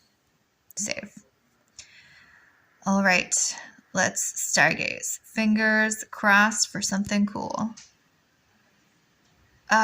Okay. Some hero cards. Cool. Ooh, faction scroll. I'll take it. Oh, and it's wilders, and that was my goal, is to start working on some wilders, or at least try to get a Aussie or some purple right away. What is it? No, serious? I just 5-starred him earlier today. Oh my god, did I not change my wish list? I didn't. I didn't. That was all on me. Damn it. I changed the Oak Inn wish list, but I didn't change this wish list. Oh, so silly of me. Okay. I already have Oku there. I ideally want another super strong wilder to work up. But let's go with him. I think I did the... Oh, bye, Madar. Thank you so much for your help. Have a really, really great day. What are they saying? What wilders? Wilders. Oh, the tanky turtle wilder. I totally did the sinful thing of having a bunch of him when I first started playing and using him as food for other characters because I didn't know. Like, I feel like there should be so many more disclaimers for new players to not use the fancy people cards, the fancy hero cards to feed your others. I mean, it can be necessary, but it is ultimately cannibalism and it hurts you later in the game.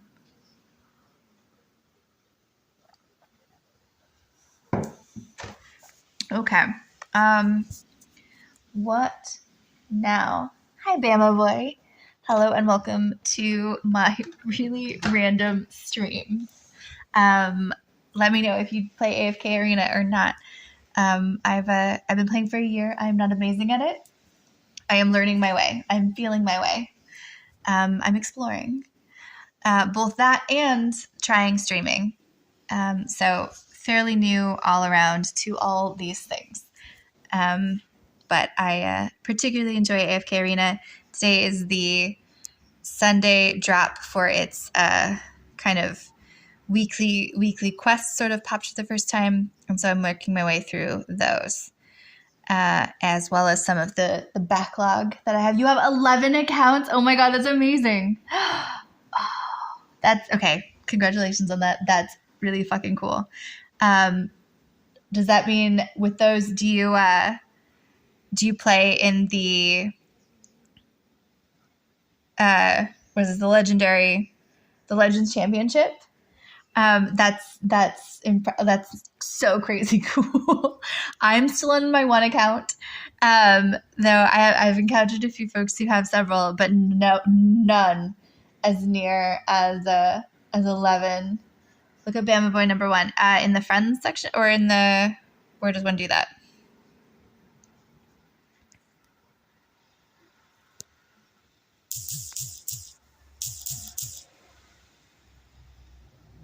It's right here. In searching for friends. Okay, good. I did that right. Search.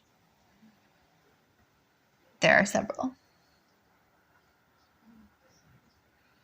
Are you all of these? Are these all of your accounts? Is that what's going on?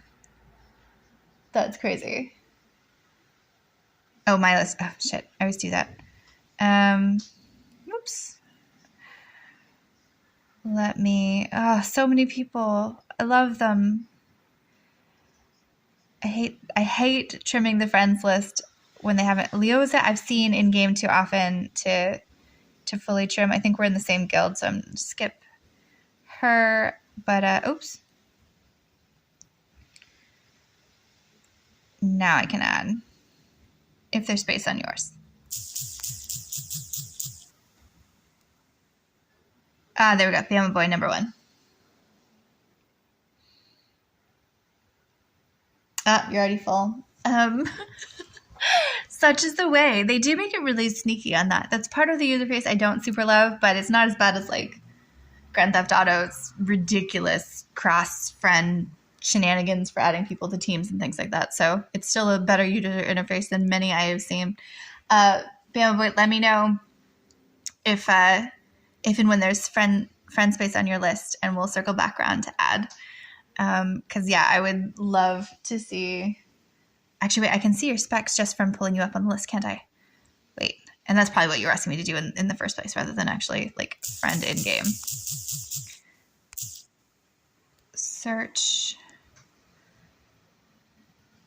So many stickers.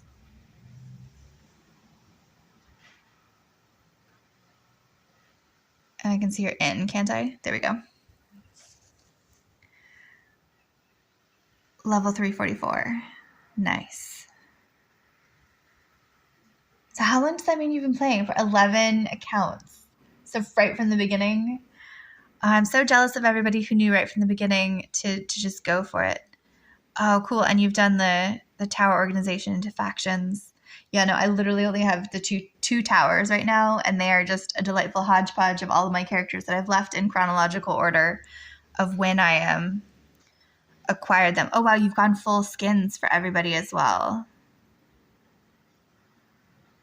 Nearly everybody. This one had a Halloween skin, right? Or no, it wasn't that one. It was that other one. Maybe it was. Which one am I thinking of? Because I definitely, rarely do I lean into the skins, but I totally did for one of the Halloween ones. Because Pippa, I think we all got, didn't we? But from the Halloween event. But one of the little dudes, this guy, Kren. I like him so much more with the skin than without. 3 years, but I took 2 breaks at a month long each time. Nice. Okay, cool. Sometimes about the skin, sometimes it depends on how they look, and I'm nice. Okay, cool. Yeah, no, it does depend on how they look, right? There's some that they put out that I'm like, I don't feel the need to have that. So I'm not going to go out of my way to do it unless it's free. Because you're right, if it's totally free, then why not? But for some reason, maybe it's just my own. I quite enjoy vampire things, so I just liked that they took him here with this one. Was enjoyable, I think. But hello and welcome, and it's really nice to meet you. Please bear with me as I completely fumble my way through the delight that is this game. Having said that, I might go into the Arcade Labyrinth, and yes, I am going to be lame, and I'm going to do the normal version, and I'm not powered up enough to make it an automatic feature, so it means literally playing it battle by battle. However, I found that that's sadly a way that I've been learning a bit more about my team and my people and how to best optimize the play for them. So I'm going to give this combo a go. It's my partial dream team lately. Madara, who I also met by playing on Twitch, had recommended Merlin in here, and so I've recently started subbing him out experimentally, and it's been working really well. I don't play the game meta either, so you won't have to worry about me telling you who to build and stuff like that. Oh, well, thank you. Appreciate that. Though I do welcome any recommendations, because my gameplay has already shifted so much in chatting to more players, and I do really appreciate that, because they're just, I don't know, like weird little habits that I started doing that I didn't really think about. Like I've been playing Arthur as a front character, or as a back character, as opposed to putting him in front. Actually, now I'm even forgetting if I did that in this one or if I did move him.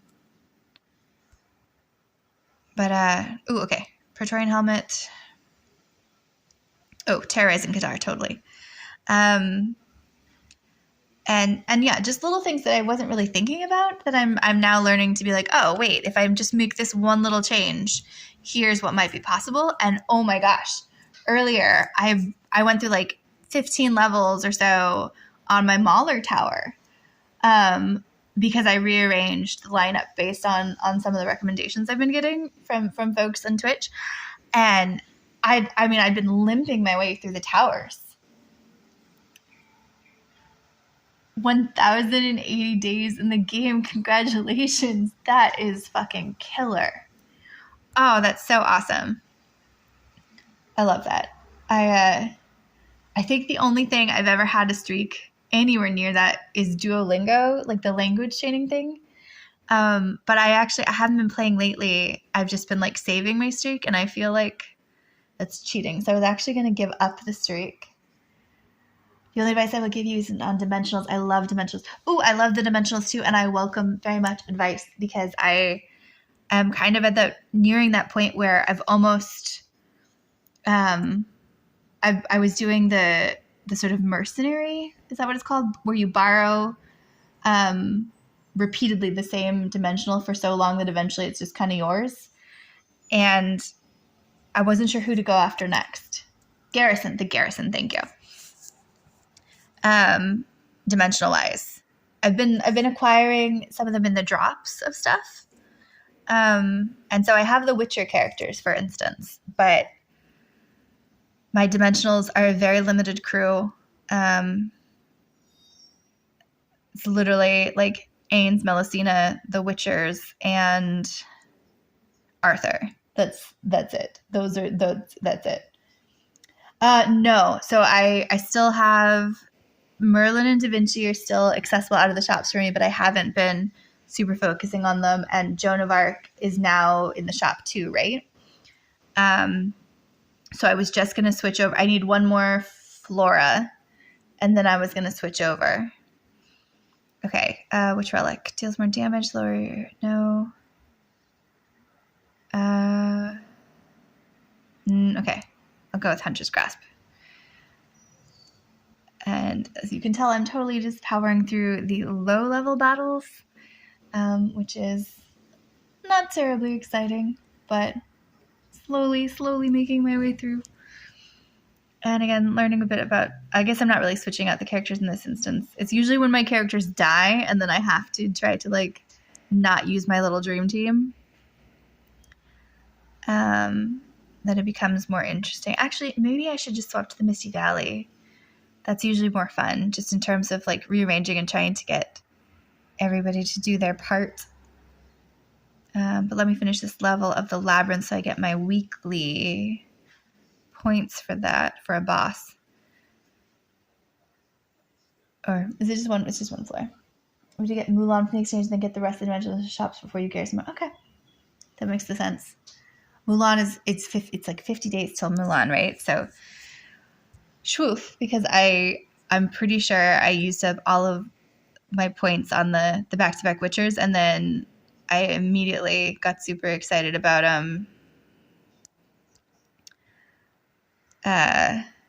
having enough points essentially to buy something in the store again, and then use them all up again. Now I'm totally empty. Oh, okay, I'll go back in a second and add you to the friends list. Let me just finish out this battle. Ooh, Ains' energy pop. Nice. Super quick decimation. Oh, except for the turtle tank. He's sometimes really good. He's I think the next wilder I'm gonna sort of aim for, and I'm very intrigued to see how that plays out. Because my wilders are my weakest, like on the where I have the all wilder team for the tower. It's okay, Bama Boy 1, apply. Thank you and lovely to meet you. Well, on my 7 of my 11 accounts, I got both collab units, and I'm already ready to get Mulan, and I don't know if that's a brag or what. No, that's epic if you have the points already saved up on some of the accounts, because it's such a slog to like get some of the points up. So it's I think something to be very like pleased about if you're already there on 7 of the 11 accounts. It's just a waiting game, right? Which I will admit, like I had actually it must have been Melusina herself when she dropped last, January, February. I had all the points saved up and was just like sitting and waiting and waiting and waiting. I come to find out you need to save every hero coin you get for... Yeah, no, right? It's such a build-up slog. Okay, back to the Arcane Labyrinth to finish out the one floor. Okay, what relics do we have? Ooh, definitely Mage Energy. Soup up my Ains. We'll go for the middle one. Nothing super controversial to challenge the current formation.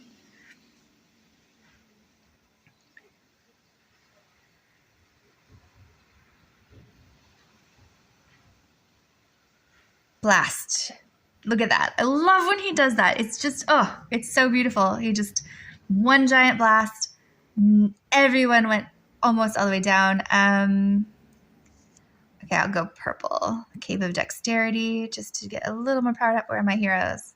Ooh, full health. So I'll do the red battle. Let's see. All Maulers. So full stained glass. There has to be a better phrase than stained glass for this little thing up at the top. If there is, I just don't know what it is. Let's see.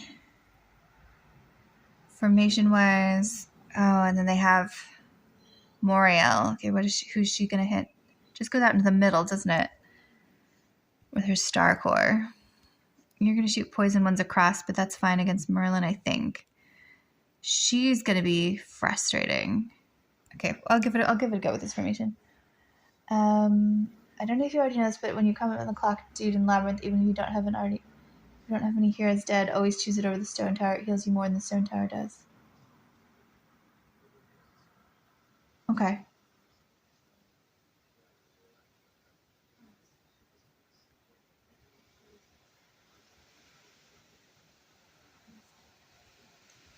Well done, team. Super powered through almost to the final battle, right? I think it was just, ooh, all purples. Call to arms. At the beginning of the battle, your side has their energy replenished by 120 points. Probably that one. Ooh, although steals 15%. That's useful no matter who's playing, even if I lose Ains.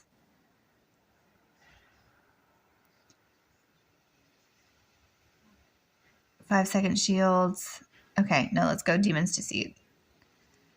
What have we got? No, I don't want any of those, so we'll do the battle. The cloak. Okay, that made more sense. I was like, let me look back at the thing. What is the clock thing? So the little cloak guy also, I didn't realize he was also healing. When the one with the horn comes up, I always choose it. The one with the horn. In the wagon or in the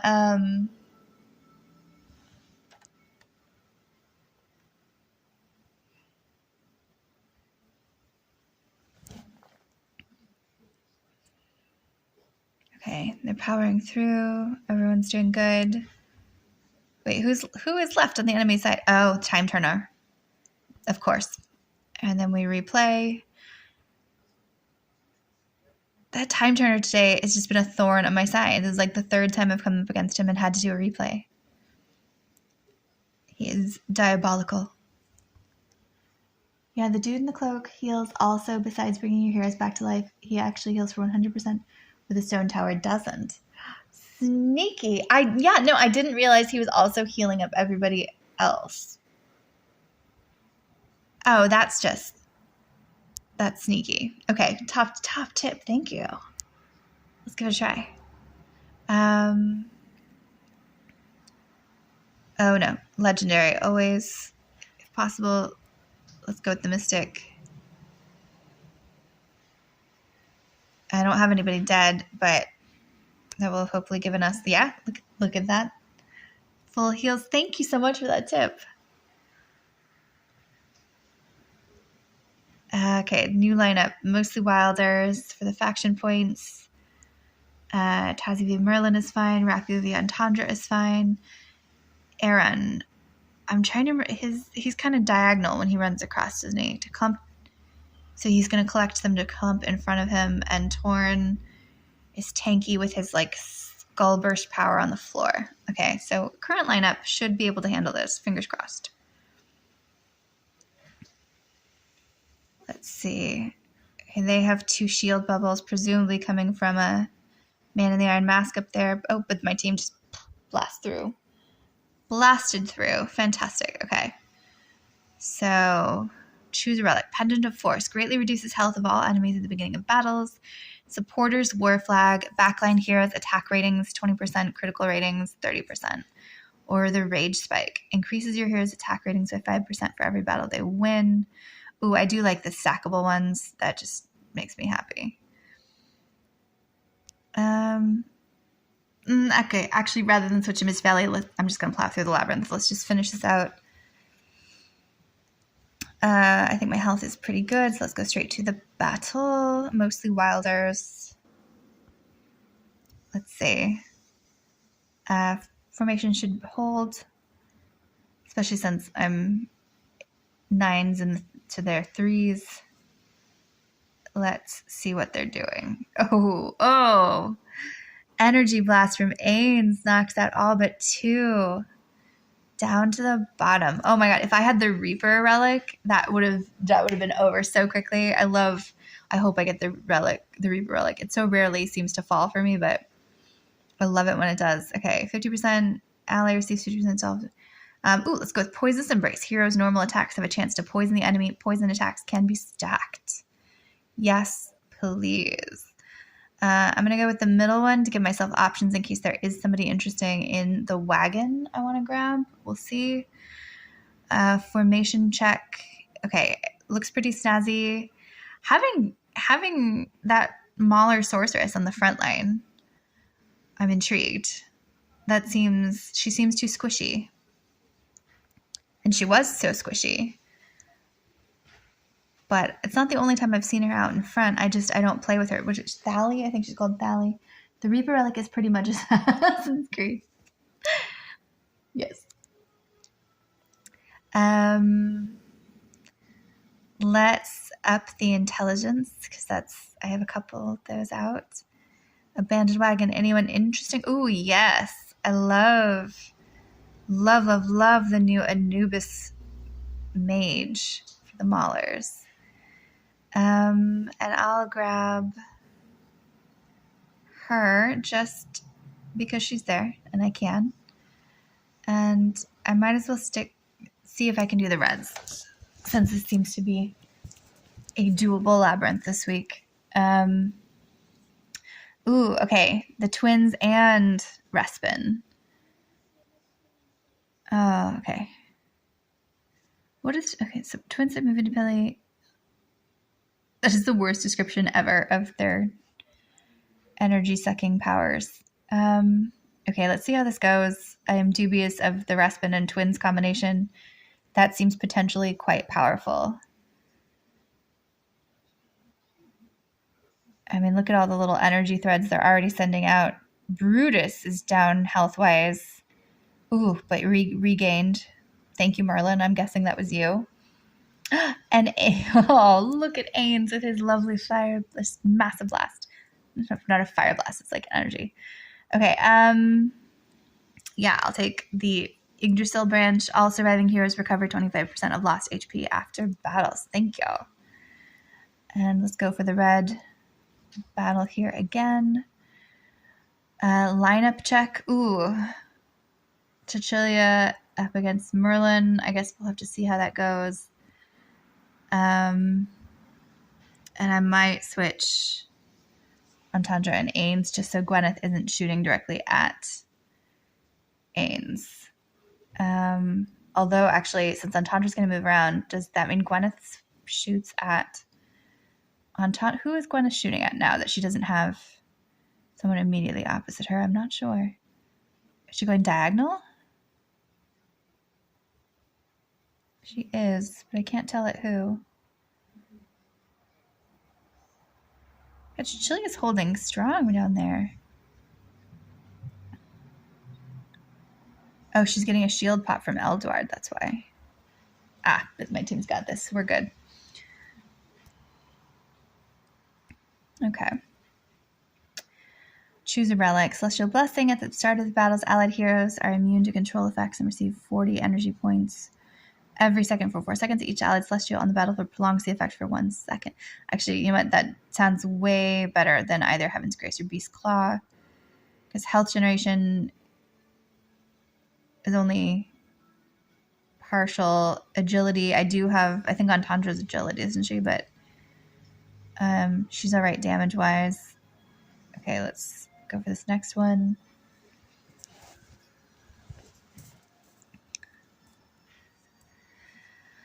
Lineup check. Ooh, Kaz. I might put against Brutus instead of Arthur. Let's see how that goes. I feel like theoretically, faction-wise, Brutus should defeat Kaz, but I also have definitely seen Kaz take on Brutus, despite the faction points. How are we doing? The sorceress down in the corner isn't really getting hit by anybody, which is dangerous. Oh, I take that back because Ains just blew her up. Oh, but he's almost out of... Never mind. Actually, he was almost out of health, and now he's back. Shwoof. You want to stick to the left, right? Left? Oh, on the last battle. Okay. Book of Benevolence is legendary, so it's my inclination to go against that unless there's something entirely super exciting. That one's not worth it. Yeah, okay. Book of Benevolence. Health and energy from allies increased.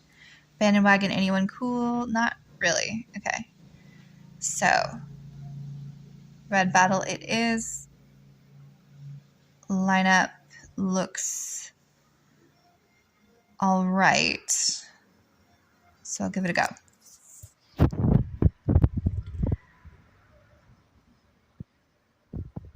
That bottom wilder always makes me a little nervous, though. That's the energy thread guy, isn't it? Yeah, look, he has... Who do you tie Ains to? Entendre? Yeah. So they're going at it. Turtle guy is going after Merlin in the back line. Pippa, come on. Just knock out Pippa up in the corner already. Thank you. Actually, oh, okay. For a second. Thought that wasn't working. Some people will tell you to go in the orange portal to get more lab coins, but there really isn't more lab coins to the right there in Dismalays, but I don't know if you have that unlocked yet. No, I don't have the Dismalays unlocked. I don't think I do. But yeah, lately I've been avoiding the hard level of the labyrinth with the little treasure gnome. Oh, what is his name? I know his name.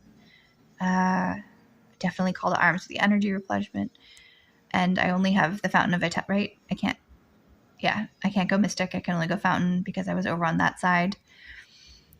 And then I have the boss battle. I've just been avoiding the hard labyrinth lately. I ran out of Dura's Tears at one point because I felt like just the labyrinth was it was murdering me every time. I kept having to replenish and like revive my team. And so I ran out and I felt like I couldn't even play the labyrinth for like a month there at all. And so now I have a stockade of Dura's Tears. So I feel a bit more comfy coming in here, but not comfy enough to go after the hard level of labyrinth. And then, yeah, I'd heard kind of conflicting things about the worth of going in for the hard level portal. It is slightly more labyrinth tokens, but it might not be worth the effort for them because it's really not that many, and especially compared to the other sources. Lucius, final holdout. Yes. Okay. Victory on the boss battle. Choose a relic. Spider thread gloves. All enemies cocooned in spider silk for 5 seconds. Praetorian helmet damage received minus 25%. Fortress breastplate. After an allied tank uses their ultimate, they get a shield. Oh, definitely the spider cocoon. Both in terms of its utility and in honor of the poor spider that I murdered earlier this morning, despite it apparently being incredibly, terrifyingly poisonous, which I discovered after the fact, after I'd already had the engagement with the very absolutely trippy Australian spider.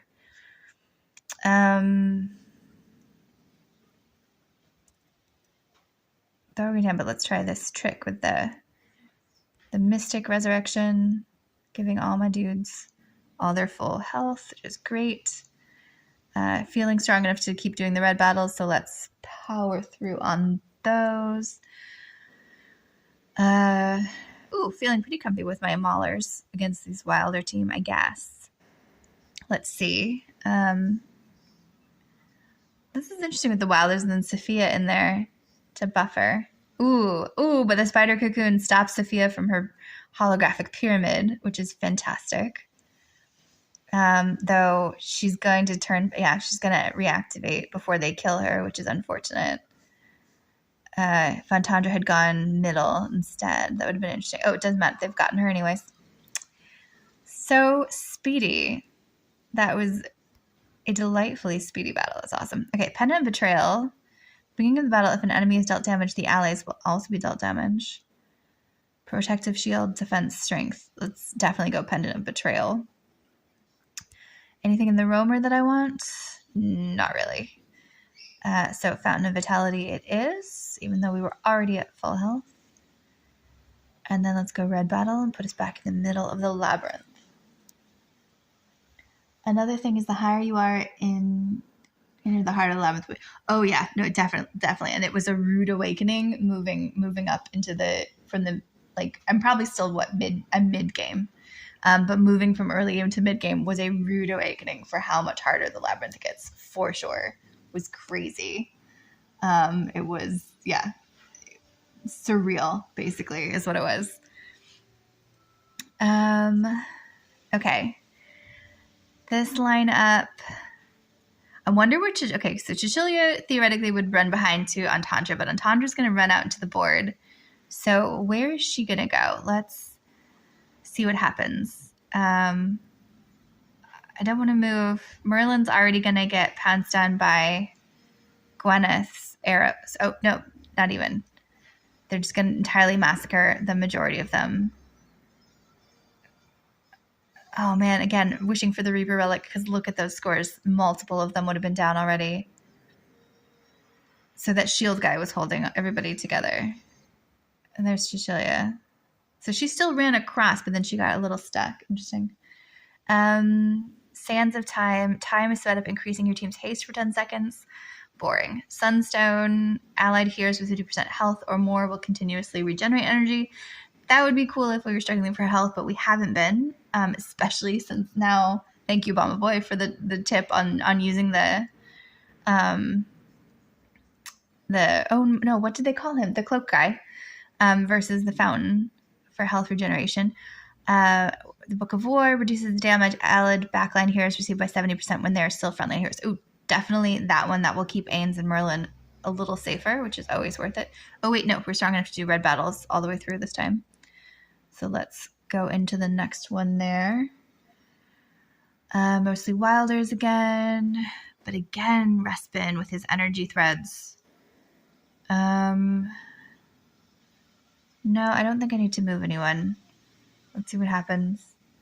My tanks will hopefully hold off those front lines. I'd forgotten about the spider cocoon. I don't know how I'd forgotten.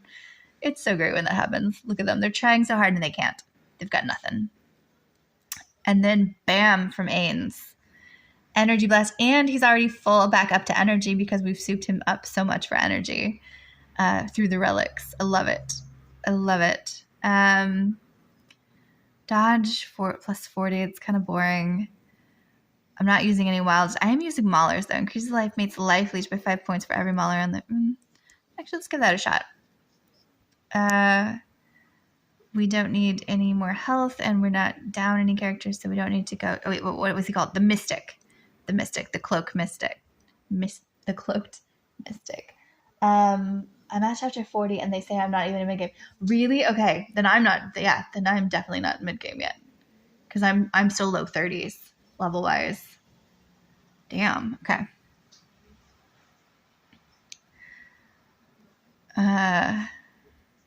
Because I think chapter-wise, I'm just at the point where I'm crossing from the second story island to the third story island. And I know there's 4 total, plus that Fog of War that I'm assuming is them building out the next islands beyond for players who've been at it this whole time. Lineup check.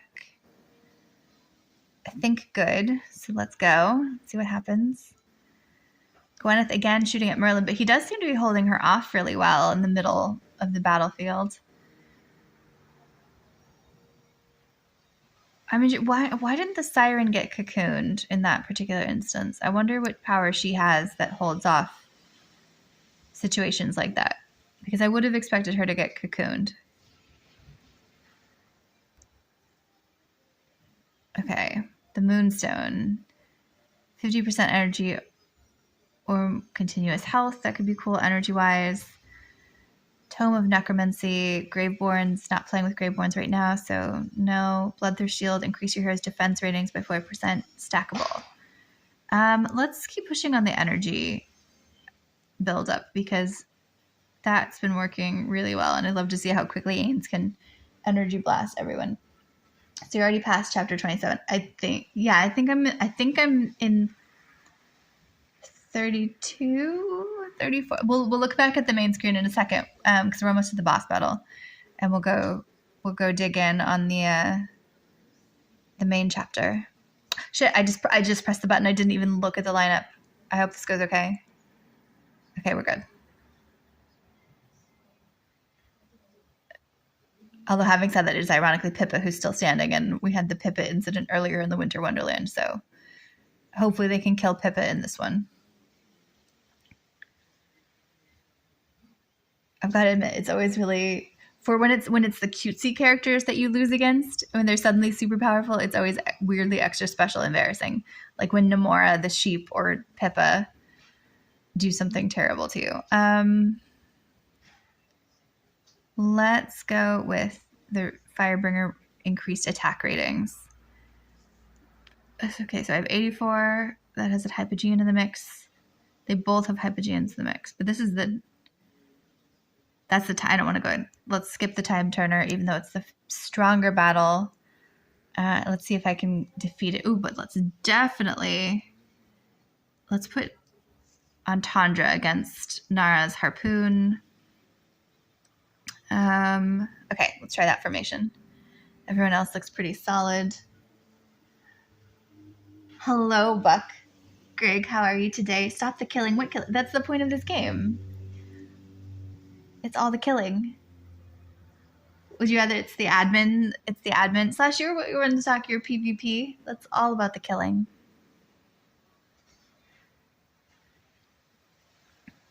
Victory. Okay. Choose a relic. Demon's Bite. When an enemy hero dies, allied Hypogeans. I don't have any allied Hypogeans in the mix right now. Hero's Hope. Increases attack and defense rating 20% only on the hard mode of the Labyrinth. I am not in the hard mode of the Labyrinth, therefore I think we'll end up with the relic chest. Increase health and defense ratings 1.5% for every relic. All right, we'll do it. And default, unfortunately, is only to go through the Fountain of Vitality. Boring. Hey, go through. And the final boss battle of the Arcane Labyrinth for the day. And then let's do this.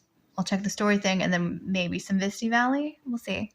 I think this is my longest stream to date. 2 hours. But I did have yesterday was a crazy day, productive day, which was nice. I haven't been having a huge amount of those lately, so it was really nice to be super, super productive on a Saturday. And didn't play my dailies. So today I did yesterday's dailies at the beginning of the stream and then was on stream when it turned over for Sunday. And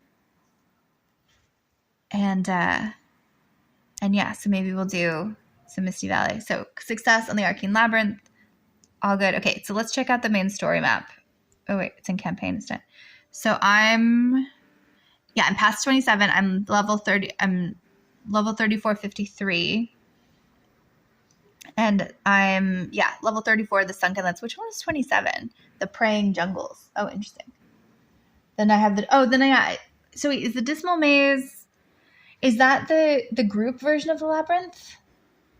Because, I do have that open, but I don't super love to play it. It just seems like a lot of, I feel like I'm never strong enough to give everybody the points they need when I'm in charge of the Labyrinth as the main player. And joining the teams just makes me anxious, to be perfectly honest. Yes. Yeah. Okay, so we are, that's the thing that I'm thinking of where it's like the team Labyrinth.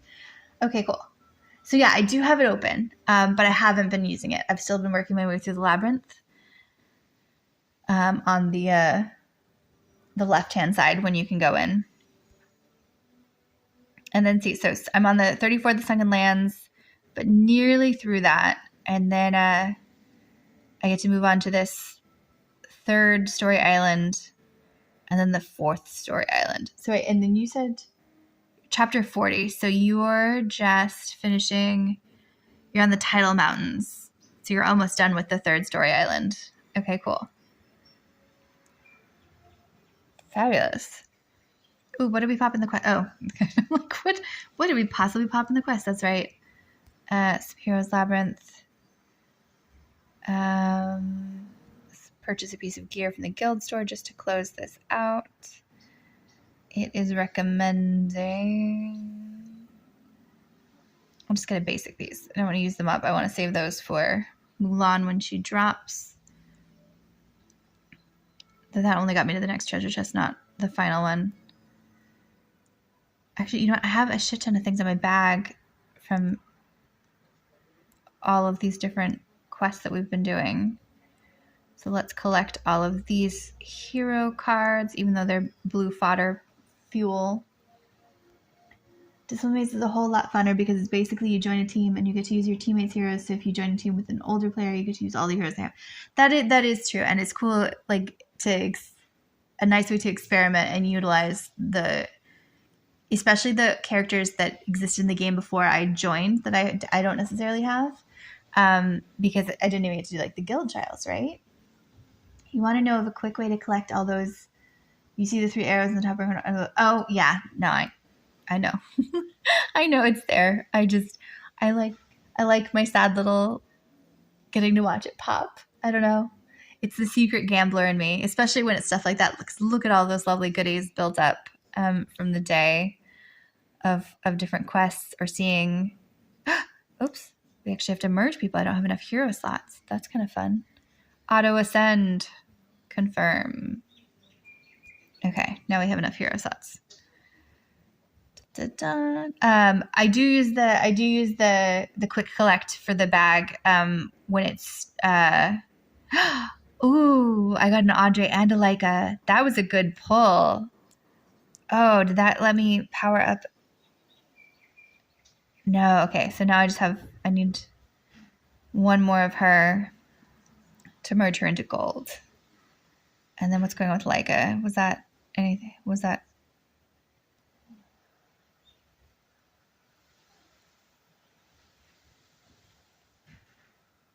some multiple merges going on there? Okay, but no, that was just an extra Leica. But she's getting close to having. I'm waiting on my ascensions for these to see which character of my golds gets all the pieces. Oh, did they go in the mail? Oh yeah, one of them did. Good catch, thank you. But I don't have anything to push him into. Yeah, I'm saving up on Wilders since I have so many that have somehow ended up at gold, to just wait and see which ones pop first to get to ascend it, or which ones I get the hero cards of first, so that I can feed them that particular one, the other heroes next. I do have extra arena tickets. I don't play the arena very often, and I need to just sit down and sell them, but I keep spacing on it, to be honest. But yeah, I have a backlog of arena tickets. I was going to, in the Voyage of Wonders, and do a bit of the Misty Valley.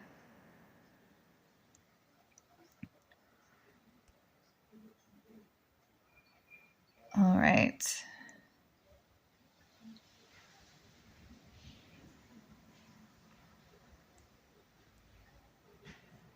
So my lame-ass tactics on this are usually to just power through to win the battle, work my way all the way to the top. And then neither do I, but you yeah, no, I know. And I just need to be better at getting on top of it, to be honest. But I always I'm probably losing them a lot. For a while, I also had the blue fist tokens, the here, like, as well, that were backlogged in there. because I was saving them up for those Witcher characters.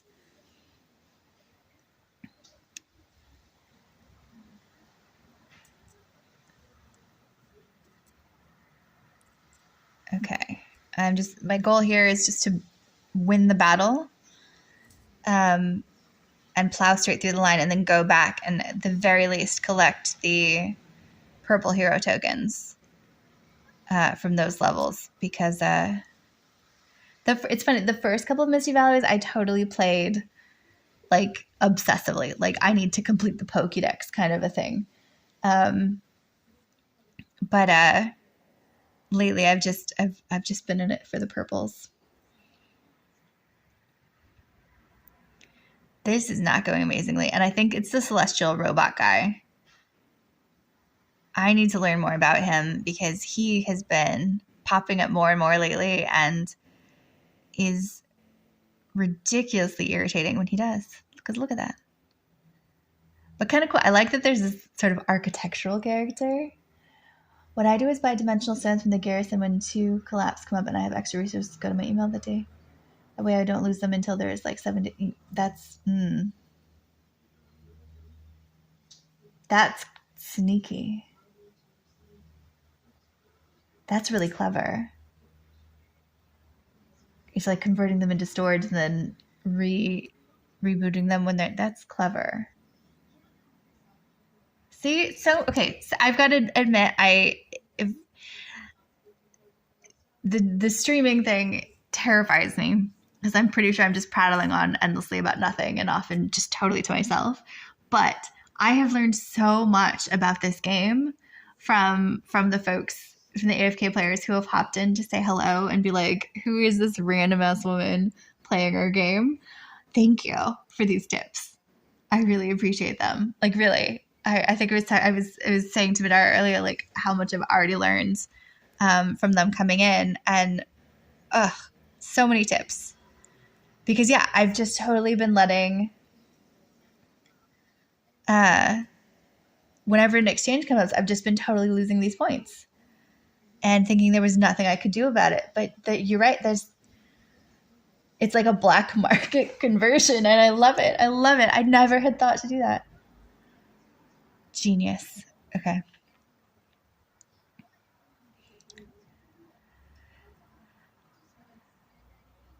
Battle. Oh, okay. Just as I'm starting to focus back on the battle's over. Totally winning. All the killing, Greg. All the killing. It's happening. Yeah, you are most welcome, Bama boy. Next battle. I at least want to move to the next decoration layer from the sort of castle base to the volcanic base. And then I'll go back and maybe play a couple of the more complicated battles for the purples. Actually, you know what? Let's do the next one for the purples because they're just fun. I kind of like having to rearrange to try to meet the weird specs they give you of who you have to have on your team to successfully compete that the unlock. Again, it's something that's really, it's forced me to learn a bit more about the characters because really when I first started, I was like, I have a handful of things. I'm just going to power through. And it's so much more nuanced than that.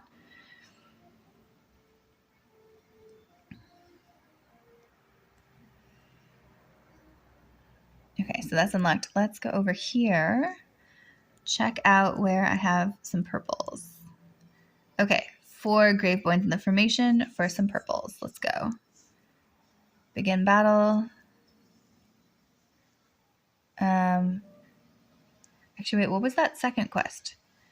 With Shamira and Damon in the team. Oof, that'll be tricky because I don't think my Damon is fully powered up.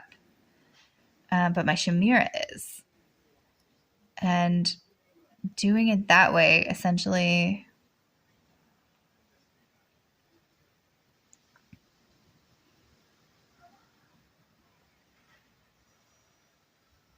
Yeah, I don't have a Damon powered up.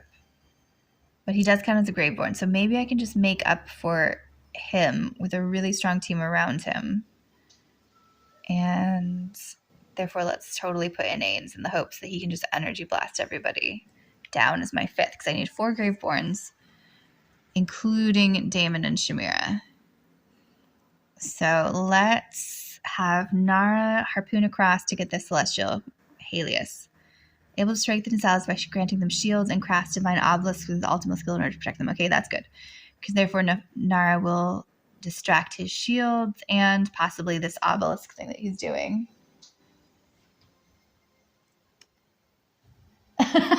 I'm friends with murder. We are in this. I love. It's a fun slip of the tongue, though. Matara. It's okay. Weirdly, I had murder on my mind a lot this morning.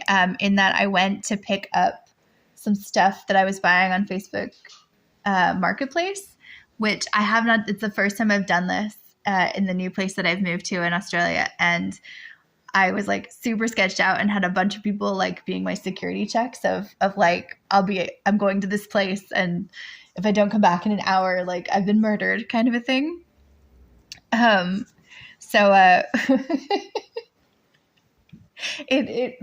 misery rolls with my my own Freudian slips of the day, I guess. I don't know. But it turned out perfectly nice. In addition to a fun project that I've collected of these 2 like side tables, like bedside tables to like reprint and prime. Okay, success. Daemon and Shamira might have died in that battle, but we did get them up to where they needed to be in order to completely unlock both of those. So bam, that was awesome. Okay, win with 4 light bearers in the formation. And what's the other quest? All heroes placed on frontline must be warrior heroes. All right, okay. So light bearers and then only warriors gives us these 2 guys. So, and then we have all but just light bearers. Let's do... Ooh, I don't want to do Chichilia versus Chichilia. Let's do Chichilia, and let's put Gwyneth against Rain in the hopes that she will shoot her down. And then again, let's try Ains, and then if Ains doesn't work, we'll try Entendre. Oh shit! But I put Ains opposite Chichilia. Shit. That's bad placement. Walker just completely went down. Belinda, come on, babe. You're better than that. You're better than that. Shit. Okay, that did not work well.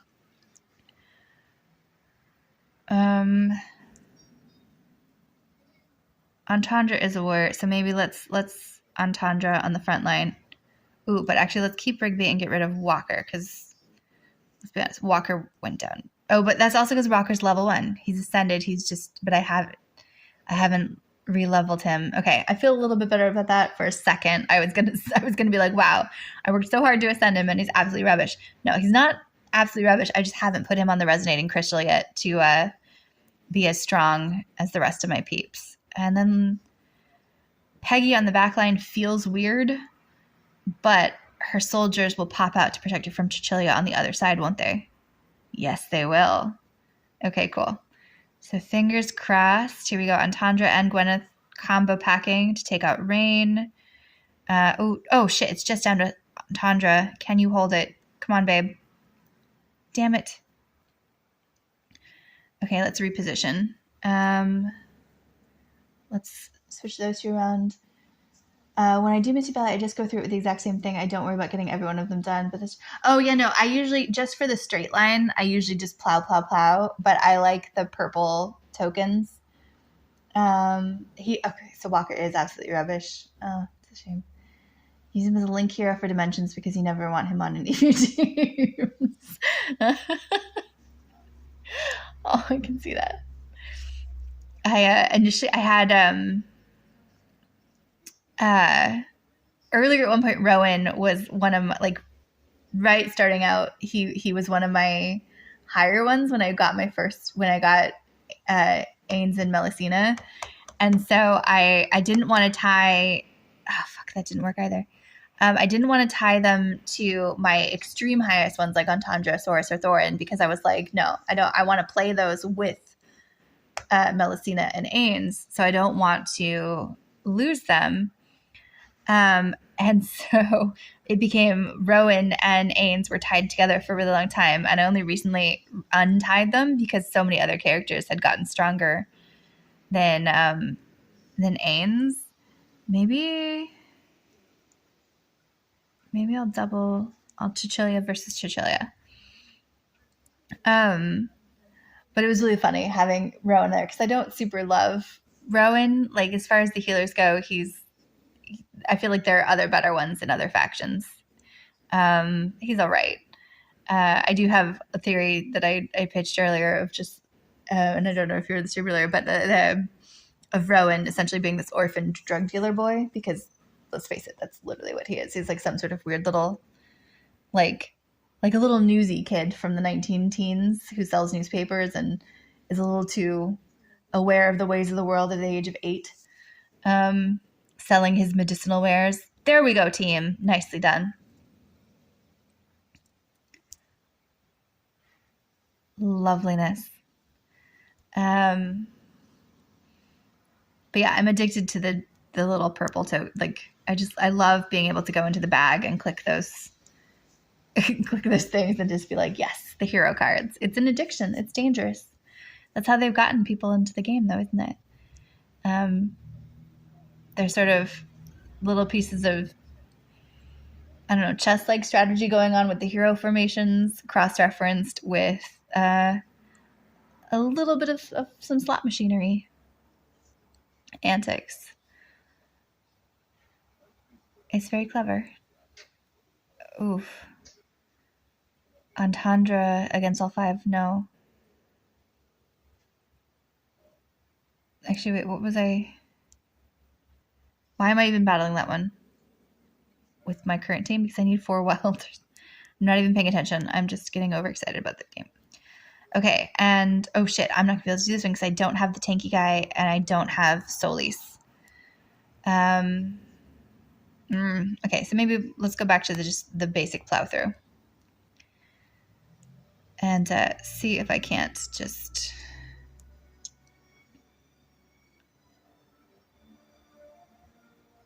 get to the top. It should be all the way open at this point. Rowan really isn't a hero. What he does is a hype man, so he gets your heroes hyped up fast so they can do what they do. Okay, that just totally leans further into my theory that he's a drug dealer. He gets them hyped, so he's basically selling them like digital cocaine so that they're just sped up and ready to roll. I love that. I love that so much. And then did you see the thing in the Midwinter Wonderland where he and Peggy have some sort of weird battle going on? I am extra suspicious of whatever that is, but I love this notion that he's Peggy the Princess's like drug dealer. I can just reimagine the whole mythology right here and now. Like that's what's happening. It's the underlying myths, all muddled together, basically. No, he pays them in gold. Oh, yeah. No, that reverses the drug. Drug lords wouldn't normally be giving out the gold. Bummer.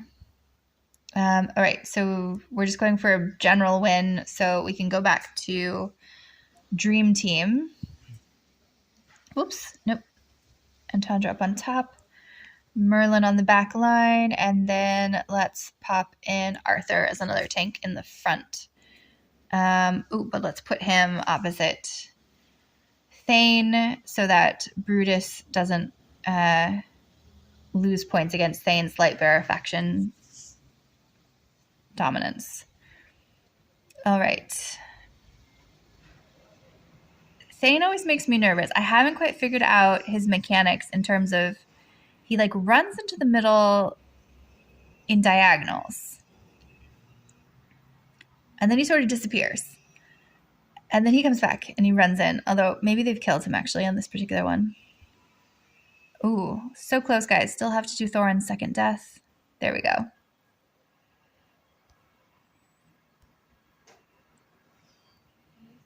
All right, next battle. Ooh, we're almost to the lava field. Formation issues because I do not want Nara to harpoon Ains. So let's try this version. And let's see what Namora brings to that fight. I mean, Graveborns versus Namora plus Namora. It's a good combo. Baden's little minions are already out in force, so his energy was built up. Ains energy pop. Ooh, most went down. No more. And Thorin holding out. Thorin on his waiting for his second death, but they're going to get Namora before he pops up again. Ooh, sadness, because Thorin's second death and Ains' energy popped simultaneously, which meant Ains didn't affect Thorin. That was interesting, actually. It was a really, clear example of when the timing can absolutely painfully matter. Weird question, but have you marred Mulan for the 3 days free trial? Yeah, I already did, I think. The first 3 days she came out, I kind of went to town. I can only do it the once, right? Let's see. But yeah, I liked her in the guild battles. She was a surprise thus far. So hopefully she's as good as she seems. But she kind of had similar Thane-like mechanics in terms of running into the fray, fight on interesting diagonals, and then running away and then coming back. I liked it.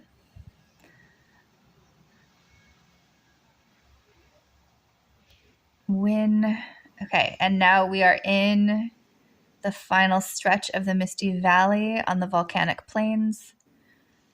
So only a few more battles to go, and then we can unlock the mega treasure chest. I need to double check who my hero is that I have set for that, because I think whoever I put there, I think I've ascended them since I set the treasures. I'm not super familiar with the middle wilder in the backline. I know she's relatively new, but I was not paying super attention to her beyond running her guild battle really quick when she popped up. God, Mishka's putting up a good fight up on the top.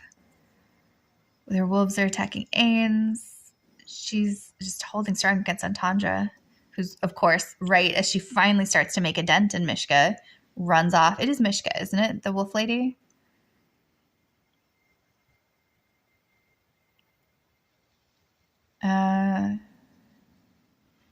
Okay, I think my characters have definitely got this one, but it's going to take a second. Although there are still 3 of them. Why are they not... Okay, so this new Wilder definitely has some sort of healing power, because that's not coming from Tazi, that Shamira keeps powering up like that. I mean, that was pretty impressive. She was nearly down, and then she popped back up with full health. Okay.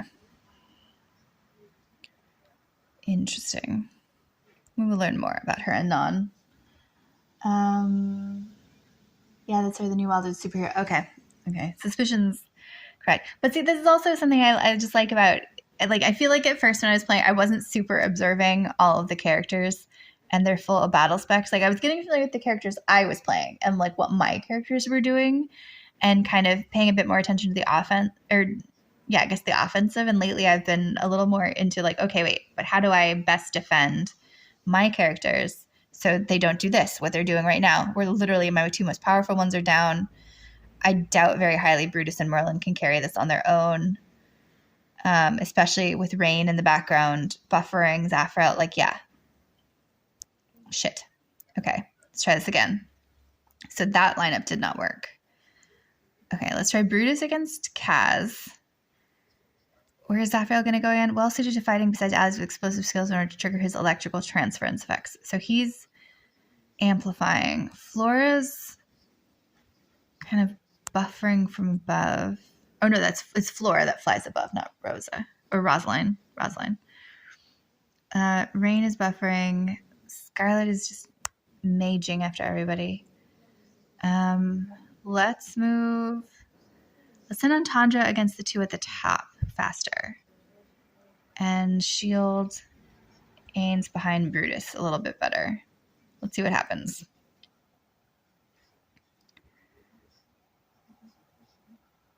Okay, I think last time they got Antandra first. She's going down pretty quickly. Where is she? She went after Scarlet. Shit, Scarlet just knocked her. Arthur, Ains, it's again the same situation. Brutus and Merlin. Nah. Okay. Same thing. Let's try a different lineup entirely because that is clearly not working. Actually, wait, who do they normally want you to try to fight in here with? The really wilders for this one. Oof. All right, so let's do a clean sweep, knock them out. I am not going to do wilders right away. I'm going to pop some Graveborns to take advantage of the faction strength. Let's try Melusina in here as my sorceress with them. Let's do Baden.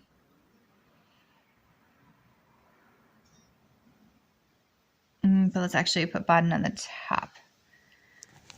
Okay, let's see if Nara can take out Rain. Harpoon across. Ooh, it didn't work. Try again. Come on, Nara. Oh, she's down. Nara didn't even manage to harpoon her across. Fuck. Baden got killed really quickly too, and Shamira was down way too quickly. Thorin and Melusina. No, just Thorin. No, that did not work either. Wow, okay. Let's try Nara for Scarlet. Let's sub out. Brutus was holding on last time, so let's double down on the tanks in the hopes that they can shield the backline a little longer. Helpful hint, you always want King Arthur in front of Ain, so King Arthur's trail can always been. That's solid. Maybe we'll try that next. When these guys don't make, because look, they're not making it through this one again. It's down to Thorin and Melusina again. Simultaneous defeat. Okay, let's try my combination of Graveborns, but with Ains and Arthur instead. That gives me a full stained glass.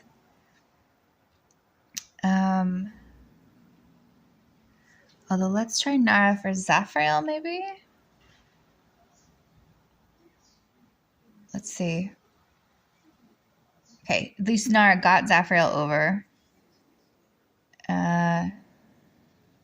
Come on, hold on to Ains a little longer. Here's this energy popping now, thankfully.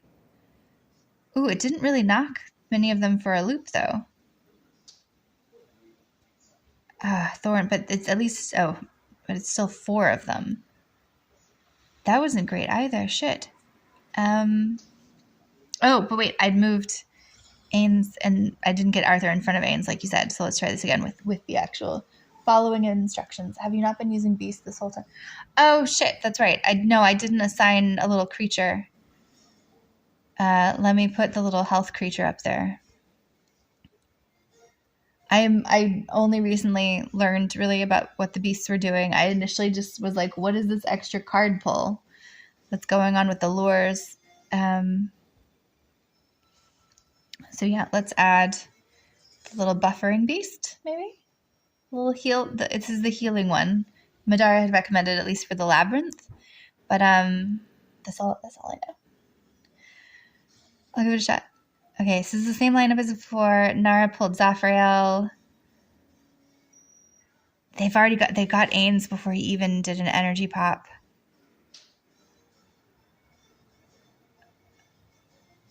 Shamir's trying to kill Kaz, which I appreciate, but then something just killed her unexpectedly, so they're lobbing from the back line against her. Okay. Let's try a different formation. So you're meant to be able to somehow defeat this one with Wilders. So maybe let's try some Wilders and see what happens. Let's do Tazi opposite Rain in the hopes that she will fall asleep. Let's try Ains and Arthur again with these guys, but obviously different. And then let's put in Sirius front line with Saurus in the back. All right, let's give it a shot.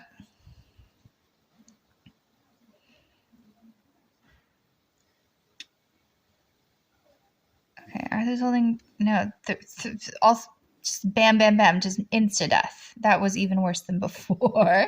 Oh, man. Okay. Trying again. Let's definitely... Actually, let's lean into the dimensionals. And then...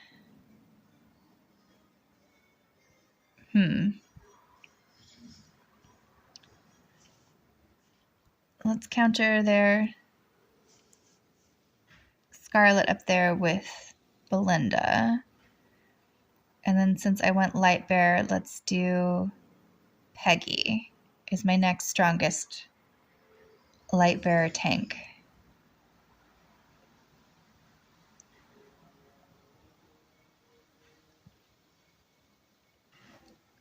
And let's see how this does. Okay, Ains is holding out for now and getting an energy build. Arthur's gonna pop. Oh, Belinda's down. Peggy's down. Merlin is down. Ains, oh, he's gonna pop before they murder him, thankfully. Barely, just barely. And Merlin's not gonna be able to do this against 4 of them. Shit. I don't think I've ever been so stuck on a Misty Valley before. Wow. Okay. Request your Prince of Persia. Oh, okay. Let's try that. Let me get back out to that menu. Oops.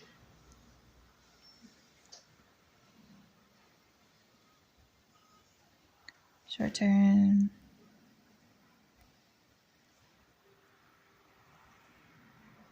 Prince of Persia. There we go. Requested.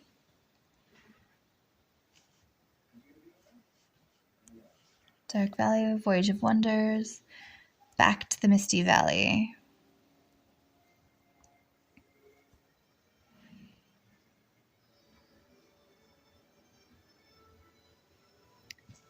Thank you, Bama Boy. Okay, let's give it a shot with the Prince of Persia in tow. Frontline, I'm guessing? He's a warrior, right? And then maybe we'll go full dimensional and add in the Baba Yaga. And who else? Maybe let's try Hypogean. Let's see. Okay. Zafil came over really quickly, is knocking down Mahira. Have I been calling Mahira Namora? That's bad. Namora's the little sheep, right? Yeah, Mahira.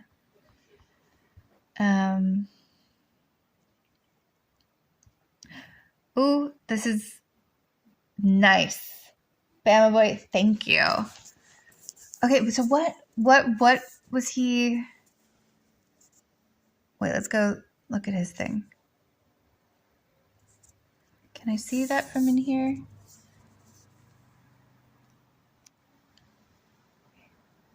In terms of his details, I think I can, yeah. Sansa time, 600 energy to deal damage to surrounding enemies while stunning them whenever Prince suffers fatal damage. Use 200 to revert to health. While they've attacked, pounces from a wall towards an enemy, dealing damage to all enemy he passes through. Tempest of Agony, Prince only uses his skill whenever multiple enemies are next to him, dealing damage and stunning them. Every time an enemy loses over a certain amount of their health, Prince immediately recovers 40 energy and his critical rating is increased for the next 4 seconds. He was pretty snazzy. Oh, was he one of the buy ones when he came out? I wasn't playing when he was a character who was launched. So was that one of the sneaky things? It's so frustrating when they do that and there isn't some way to like get them otherwise. It sounds like a purchase well made.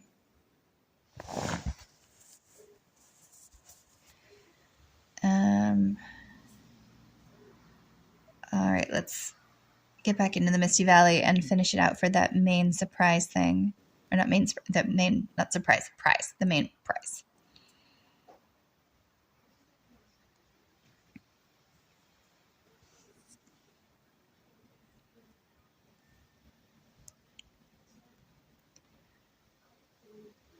Okay, 3 more to go. Let's just try the same formation again and see how it goes. I want to study him in action.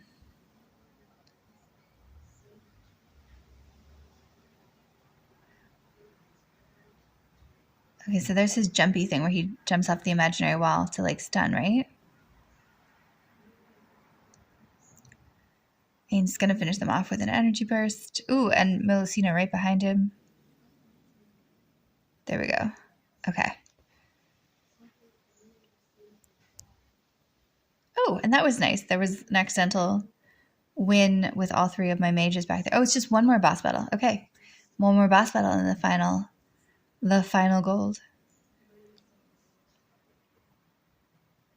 Gold and essence and tokens and all the things. No, his stunned is when he strikes his swords. Oh, okay. He strikes his swords together. Swiping. So my advice is after you get Milan from the exchange and finish getting the heroes from the shops, get through the Garrison Prince of Persia. Okay. Okay.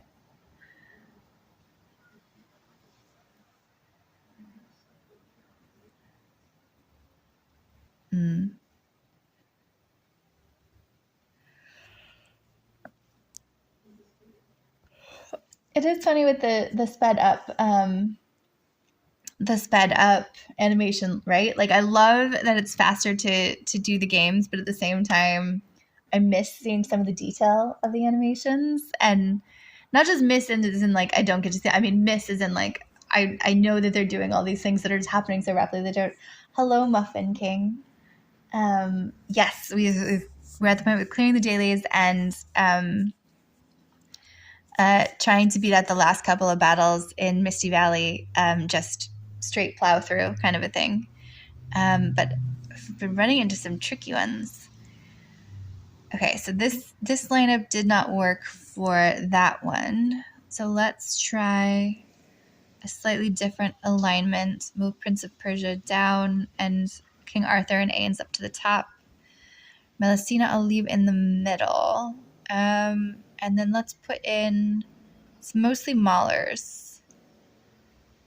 Actually, let's put Brutus in the front line, Prince of Persia behind. Let's see what happens.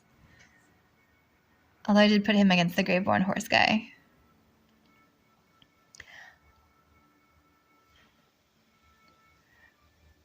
Muffin King, big disclaimer, I am still a massive newbie at this game, and given that you know Bamba Boy, I'm guessing that you too are a much, much more advanced player than I am. So please bear with me as I flub everything from the characters' names to my basic placement of my gang. And hello, it's nice to meet you. Welcome to my ramblings as I learn.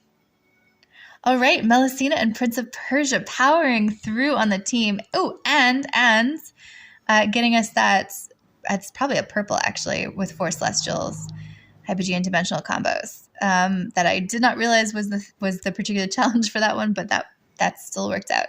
Okay, let's change the treasure chest because I think I have, okay, so I have Rigby assigned, but I think when I assigned these, I just needed one more Rigby to ascend him, and since then I have ascended Rigby, so there's no point in wasting that particular, yeah, he's ascended there. I don't want to waste that opportunity. So let's see who would be, obviously any of those would be more useful, but if I have to default to one of the factions, who do I want? None of them are ready. I don't have the ingredients yet. These guys, oh, that's right. One more Leica will get me a full Leica. And I have fodder to feed her all the way up to ascend her today, right? Or do I need 3? I need 3 fodders, right? Because I need 1 fodder and then another to red. No, 1 fodder will get her to red. Another fodder will get her to red edged. And then I just need 2 more of her. So yeah, okay, if I do a Leica, or Lysa? Leica. Or is there anyone else that I would rather? One Skriath will get me the same situation for Skriath, but I'm not as into him. / my Wilder Tower is definitely in need of more Wilders, so more powerful Wilders. So let's lean into that, unless there's something more interesting, Hypogean, Celestial, or dimensional wise. There will never be dimensionals in the thing. I do almost have all the Scarlets, but I don't necessarily need the Scarlet right now, whereas I do feel the deficit in the Wilder Tower. So I'm thinking, well, wait, let's see who's in here. Scarlet is in here.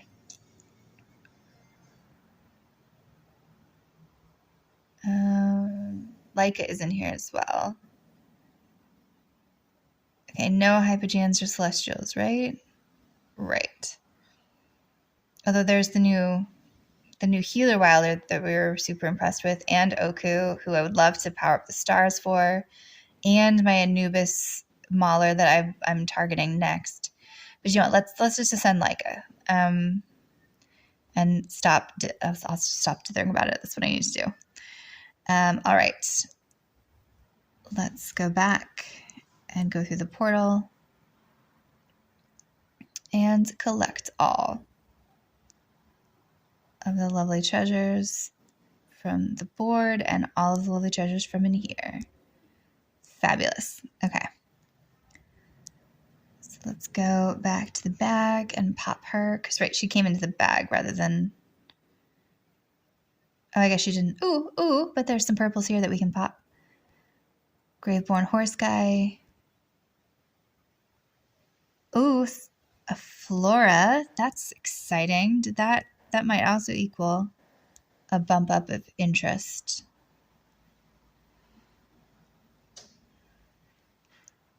Look at that. Double Ascension. We got a Flora Ascension. Fantastic. So now I have 2 Celestials, which may not sound like a victory to you guys, but for me that is very exciting.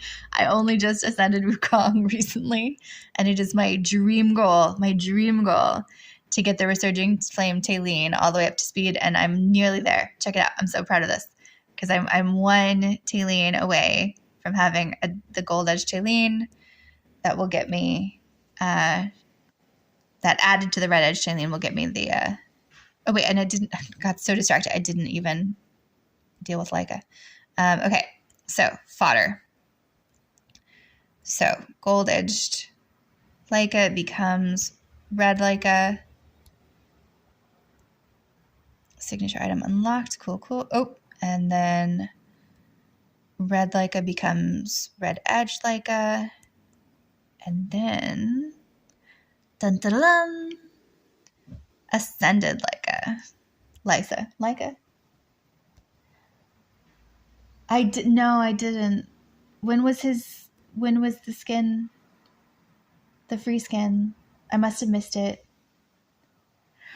Yeah, I was initially anti-Flora. Sorry, I'm catching up somehow in reverse. I was initially anti-Flora, and then I don't remember what I was playing in, but she kept popping up as one of the options of the handful of things that I could do, and I was weirdly impressed by how she was supporting everyone else, and so I decided to start targeting her from the store. Though that does mean that I've therefore been prioritizing a celestial target versus the dimensionals, which are also in the store. Oh, from the current silver trading event. Hold on, let me add one of them to the tower, and then I'll come back to check that out.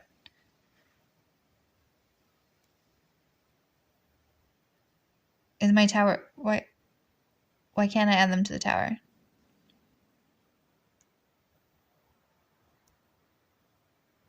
Is this when I get a new tower? How do I get a new tower?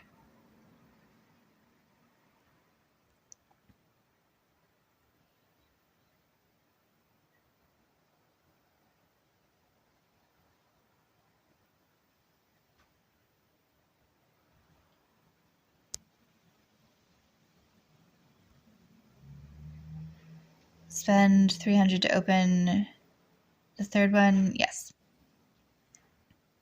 Thank you. Exciting. Also, third tower. Thank you. Oh, also, yes, no, seeing the instructions. Thank you for this. Third tower, success. Okay, so I'll put Flora on the base floor just because celestial and all that. That was an unexpected. I mean, it was an unexpected drop in general, which is pretty epic. Oh shit! I apparently had ascended Rigby and then forgot to put him in a tower, so we'll put him in here as well, slightly belatedly. And then we'll put Leica in her tower. What fucking progress? Like all of a sudden, a whole new tower. That feels like a milestone. You've got over 40 ascended heroes. How many dimensions do you have to save? I think just 4. We'll go check in a sec. And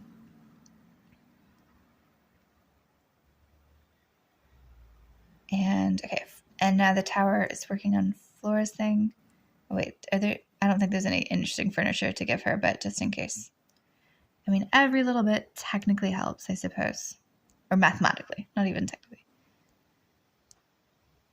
Well, okay, Rigby has nothing that apparently will go in there with him, so whatever. He can be picky like that. Okay, dimensional-wise, I have 5. I just have 5. Hello, Seal. New to the game, are the events battle premium passes worth the money? Unfortunately, I do not know. Bama Boy and Muffin King might be able to answer the question. I am also somewhat new to the game. And I will admit, especially for the battle arena bits, I am even less savvy. Bama Boy, no. Oh, right. We had a whole bunch of drops from all of those level ups for the Elder Tree. Look at that. Level 79 on the Elder Tree. Fantastic. So wait, what did that? So plus 420 AP, plus 30 attack, plus 6 defense, plus 1 max virtue level. Lovely.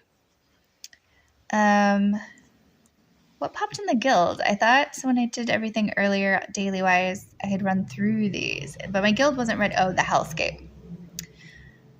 Oh, wait, the Twisted Realm is ready now, and it wasn't earlier. So let's just run through that really quickly. Oh, shit, I was going to rearrange my characters, but then I accidentally pressed the building. Check out my Field of Stars. Oh, yeah, okay, I should check the library in a second. After they hopefully deal with this dude. This area in particular, still really, really learning the basics on how best to optimize my players to take out the beasties for full effect. Because look, 4 out of 5 are almost out of health. So unless that bounces back significantly, he's going to massacre them well before time is out. On Ains, Melusina, Brutus all now down. Arthur and Antandra holding out, but Arthur does not have long left. And we have over 20 seconds, just about 20 seconds left. Arthur down for the count. Antandra still going strong because she is a beautiful fucking goddess and my most powered up character. And I love her dearly. But she didn't make it to the end. We had a couple seconds left. Sadness. Okay. Let's check the Field of Stars. So, if you get 5 particular heroes, there's this thing where I feel like I end up being really lazy in terms of the research, where I don't end up digging in as much as I should for some of the pieces. Wait, what am I checking in the Field of Stars? Your heroes to 200 or your count to 200? So I still have a ways to go with some of these. The Taito one is almost complete, though. Additional possess 50 ascended. So I have 38 ascended. So I'm still 2 down. Although, for some reason, does this usually takes a day to realize what's happened? it might not know that it happened, or maybe I do have 38 instead of 40. I don't know. We'll see tomorrow. Sure. Oh, that was my confirmation. Again, Boy, thank you for the lend of the Prince of Persia. Friend settings. Hello, Muffin King. Thank you for adding me as your friend.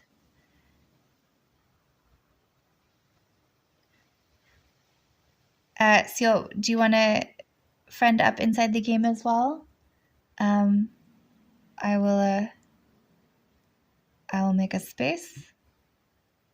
Actually, there's a couple 7. I hate this part of the thing of leaving behind players. I wish it just would let everybody all be friends.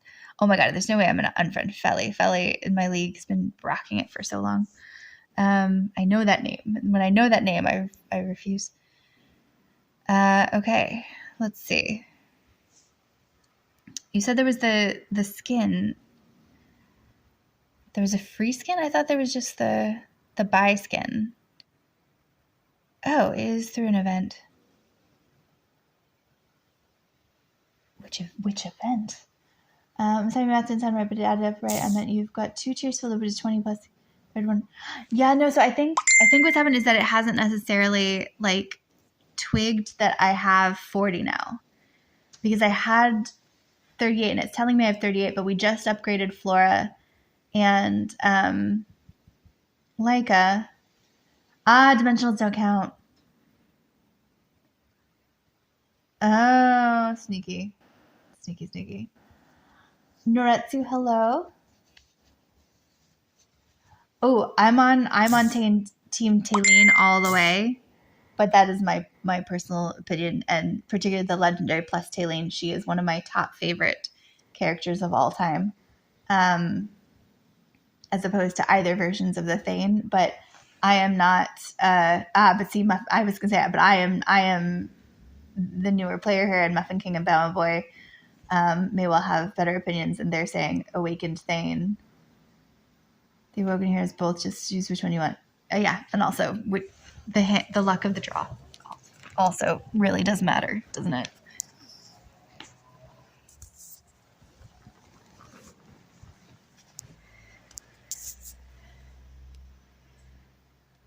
Oh, it's this event. Yeah, no, I didn't finish this event, did I?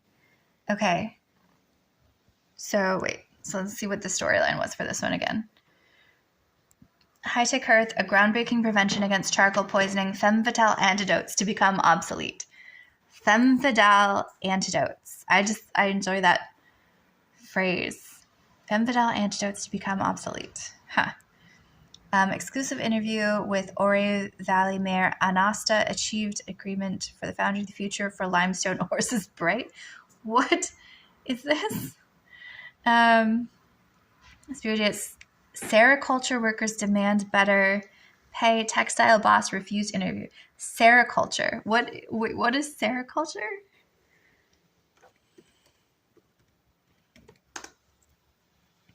Silk farming.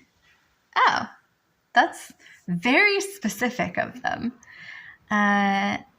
Actually, in my opinion, I would go with Awoken Belinda. She would come into the game sometimes. Oh my god, she looks so beautiful, the Awoken Belinda. I was not sure I would be into her when the patch note said, but the thing that they've popped up for her is just so gorgeous. I mean, I haven't even dug into the power sets. I just want her for pure aesthetics alone. Results of Ore Valley Mayor election to be announced tomorrow, though it sounds like she will also be very powerful, which is epic in itself. These were some good treasure drops from whatever this newspaper thing is. Value of fossilized dragon bones impacted by counterfeits. Collectors are either selling off or holding in wait. Counterfeit dragon bones. Renowned inventor admits to spreading lies. Earl rings have nothing to do with couple breakups. Interesting. Fertile soil found at Snowy Peaks. Potential for a new plantation and a threat to the orchard. Charcoal hazards from warming in winter. Doctors just... Oh, and that's the beginning one. Police nabbed rumor mongering group for spreading fake news. New beef recipe by celebrity chef is a healthy and delicious treat. What is this exactly that I'm going through? This was part of the Merchant's Adventures and I just wasn't collecting it because it's magic to discover it now and be like, wow, look at all these treasures I wasn't collecting, but I feel bad for not clocking. There was a daily gift that I've been missing this whole time. Health experts recommend beef as sustenance during winter. Interesting counterpoint to that, just randomly, because I used to work in the Middle East, and in winter, the Bedouin would advise us not to eat meat because it would make us unwell. And so that's funny that they would be like, no, don't eat it, or do eat it in the winter. The real reason why Princess Peggy ran away from home. Okay, Bama boy. This again goes back to my theory of Peggy and Rowan and his drug lordery and how it involves Peggy. That just further clinches my conspiracy theory. Just rewards you don't have to read them all. I'm enjoying the random little snippets of stories. Final countdown to Sturgill between Titus and Warwick. Harvest season, the orchard. Oh, wait, where'd it go? The future of Limestone. I've also read these ones already. So where are the ones that I haven't acquired the gifts from? There we go. Ugh, Angelo's new poetry collection. Nobody wants that. I don't know why I don't like Angelo. I mean, he should be perfectly inoffensive as like a buffer blue character, but his cat just seems really smug. Wait, it's doing the thing again. I just want the daily points. Backlog, where are you with your little red exclamation mark? There you are. Okay, last one, thankfully. Grower of Wealth. Okay, so I need to unlock his free skin at level 15. So that means collecting all of these and working my way through. Okay, so my little Rowan is trapped. Presumably I need to battle here. If you go to the very bottom of the Grower of Wealth, you'll notice there is a skin down there. Okay. Oh, Rowan likes Dolly, but Rowan is double Dolly. Dolly from the tavern?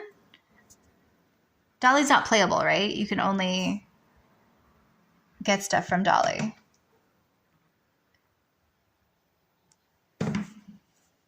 I think, right?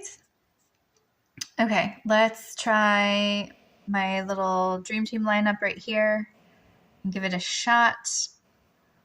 I think this is one where if you lose the health and you lose the character, you don't get stuff. But wait, Dolly's not playable, but that's Rigby's daughter. They might make her playable one day.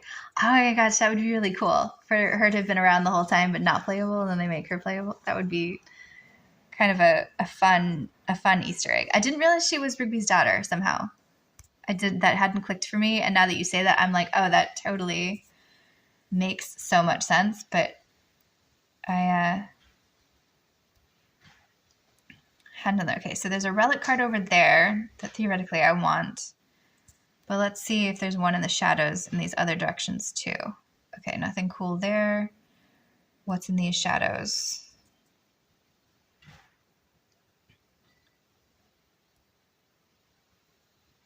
Okay, that's just a dead end. So my next move ought to be this battle here to get to the relic card down below. Okay.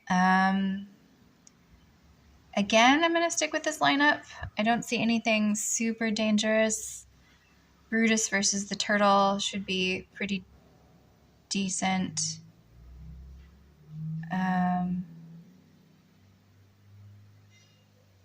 Plus side benefit us slightly. How many days? Because you might not be able to get it. That's a good point.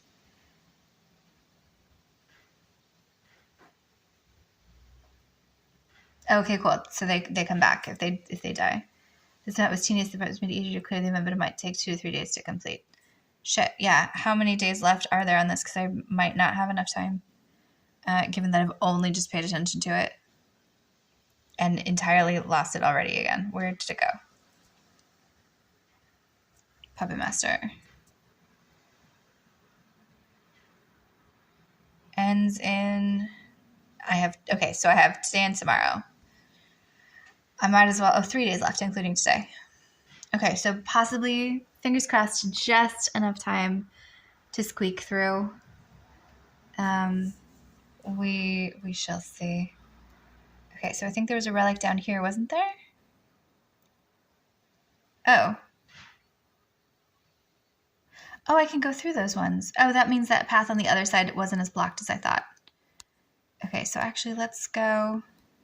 And you didn't even get to see what the relic card is. It just drops. So that means I can go over here. It's just a sneaky optical illusion. And that I can grab this one as well. Can I walk? Okay, I can't walk through those ruins, I guess. So I must have to come at that from the other side. Did I bypass any other pathways like that along the way for the same reason? No, because I can't go that way because of the thorn thing. Okay. So entry to all of that must be somewhere else. You sure? Yeah. So that leaves us back over here at this battle.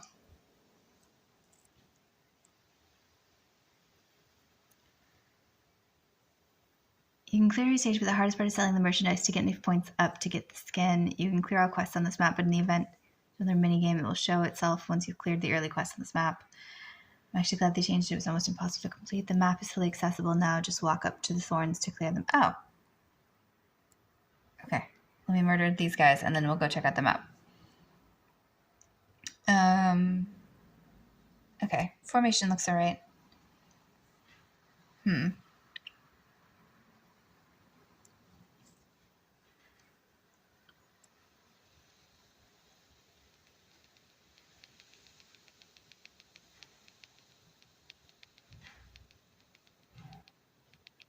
Okay, nicely done, gang. Josephia left. Cool. And she's down.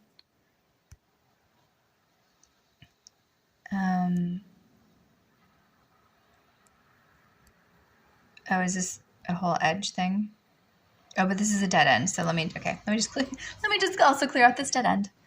And see, that aligns with what you're saying too. So perfect. I will stay here. I will finish out this little corner of the map before going to clear those thorns.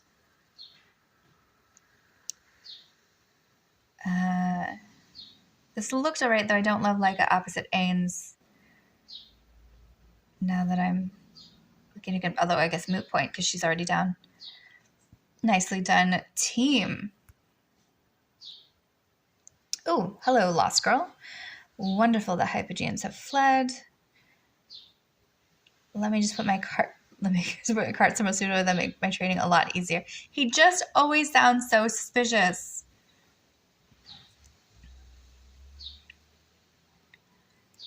What was that weird little Yellowstone? I don't recognize. Ooh. Crystal ball card. You can trade your goods easily from here. It's so quiet. Maybe they don't know the Hypogeans have been driven out. They're still...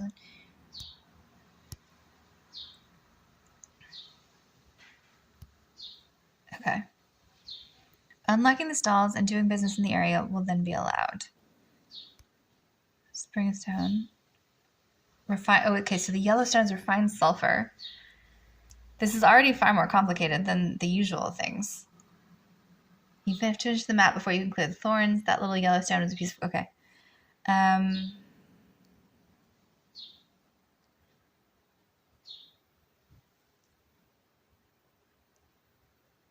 All right. So I'm unlocking the stalls, collecting the sulfur gold, and traversing the map simultaneously. These bits... Oh, no. I seem to be able to go up here. So let's go up here. What do you mean unable to? Oh, there's water. It's water, not ice. All right, so that means my move is to literally come to this next exclamation mark. Run, Rowan, run.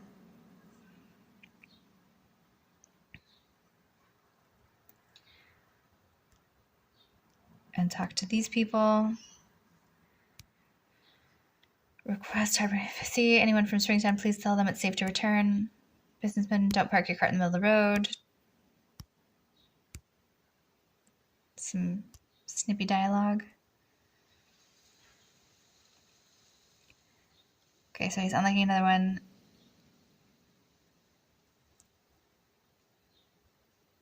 Entry permits. What? This just gets more complicated.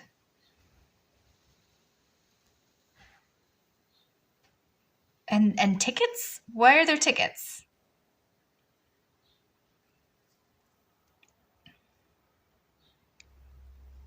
Okay.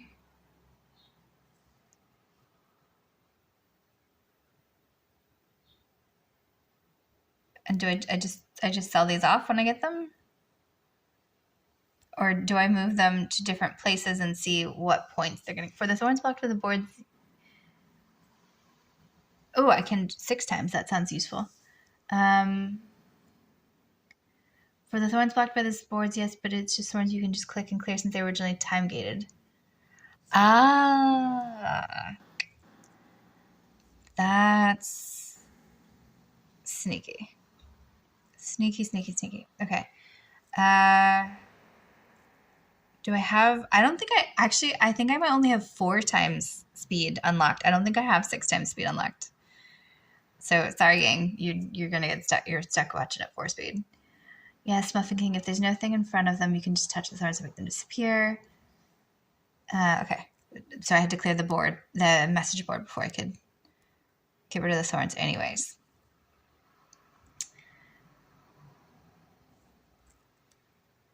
Okay. The minigame of doom. Oh, so I must have 6 unlocked somewhere. Elijah the little boy? No, I haven't seen anyone on this road at all. Well, I'm looking for a little brother. He's not very tall. In fact, he's about your height. You really didn't need to add that last part. Do you think you could look for him? I think he might have gotten lost out in the wilds. I suppose I was on my way to Harmony City. Okay. But I can go up this way, right? Right. And that means being able to go up this way. Because there was a relic up around here somewhere, wasn't there? Oh, let's do that one first. I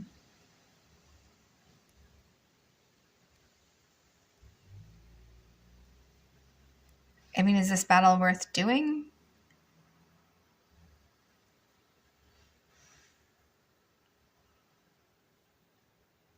With their whole little... Oh, shit, I left Nara. I left Ains like opposite Nara. Oh, thank God, she pulled Arthur instead.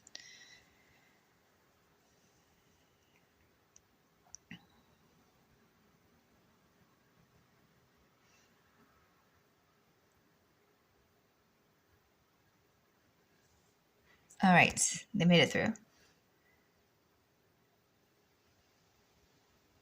Oh, yeah. No, he's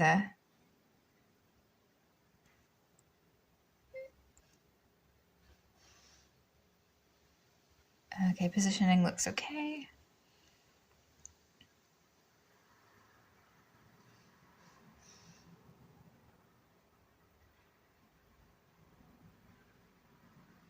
One final blast from... No, Ains, what happened? You were just in the middle of an energy blast. How dare they? But wait, you said I get... he doesn't... They'll come back, right? Right. Hit them all if you see them. Okay. Did I just lose my Ains for good? No. Right? This is not a they stay dead kind of situation.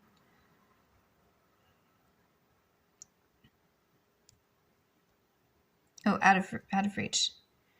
How do I get over to you guys?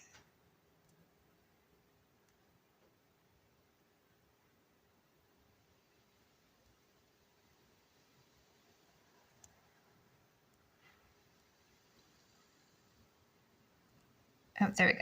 Okay, so let's battle this one. Oof, on the reset. Leave them as is.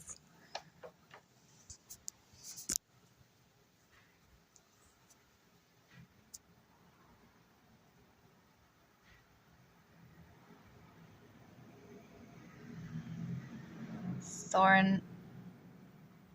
Always. Okay.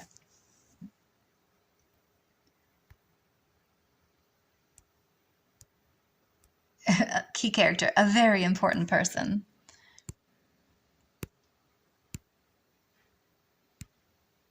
Oh, I see. I was like, what character is that in the Halloween costume? It was one of the twins. I see. No, there's no reason to go over there. I need to get back to... There was a lower battle that I didn't snag. Here we go. I'm sure that's super labyrinthian for him to run to, though. Okay. Made it. Yeah, I'll leave Antandra opposite Nara for that. Brutus can hold off Elstrilda. Theoretically.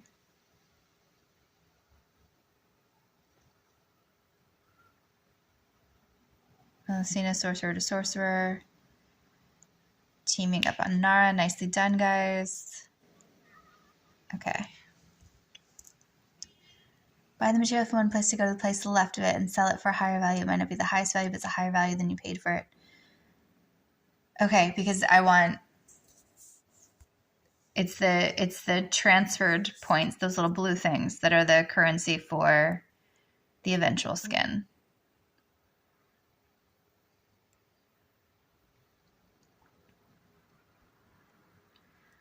I do appreciate the random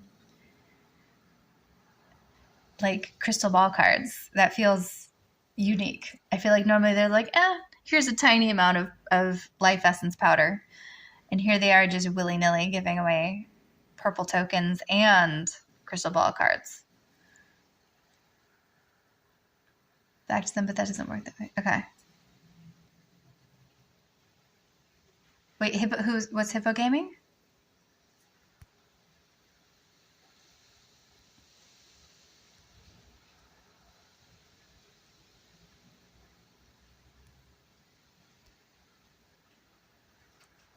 Today I saved a young dwarf. He and his sister are very happy. Oh, what? And that little candle thing is something tradable too, right? I think so. Okay, so I think I've cleared the battles out of that middle section I was just near. Cool. And I don't see any other pathways, so I have the paved pathway. What does this pathway go to? Aha! I will take that relic. Thank you.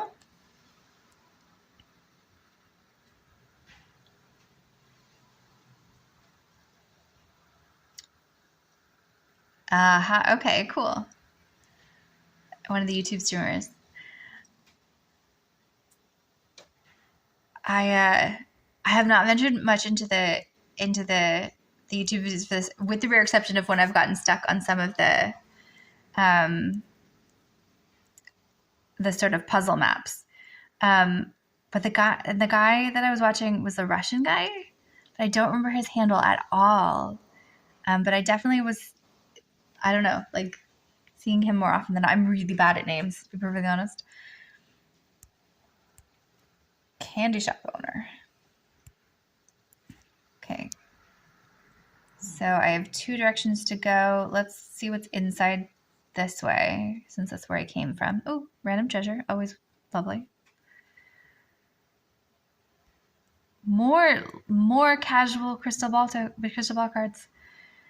Okay, I have another stall. Cool. Harmony City unlocked.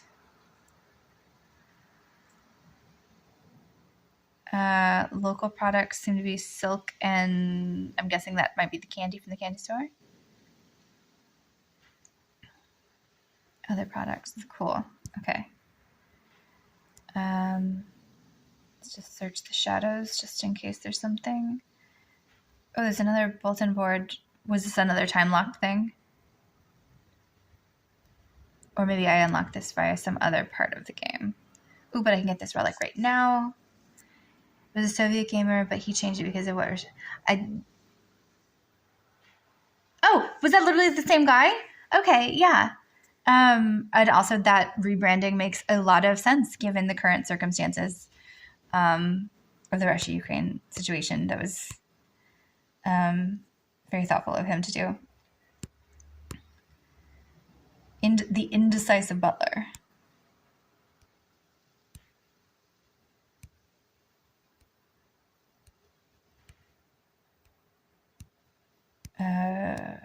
Just negotiating. Okay, that seemed like somewhat useless dialogue. And silk.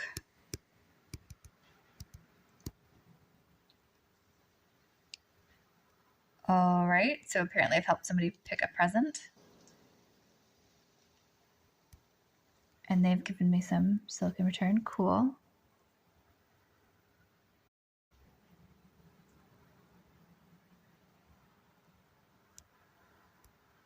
Okay, this one doesn't have any blocking anything, so I can go this way. I might just do a little bit more of this, you guys, and then I think I'm going to call it for the day. Somehow I've been streaming for 3.5 hours. Literally the longest stream ever. But if I don't call it, I won't get around to painting the wall of bookshelves that I have set myself the task to complete before the weekend is out. And I need to do primer and paint. And then impatiently watch it dry so that I can unpack my books from the garage.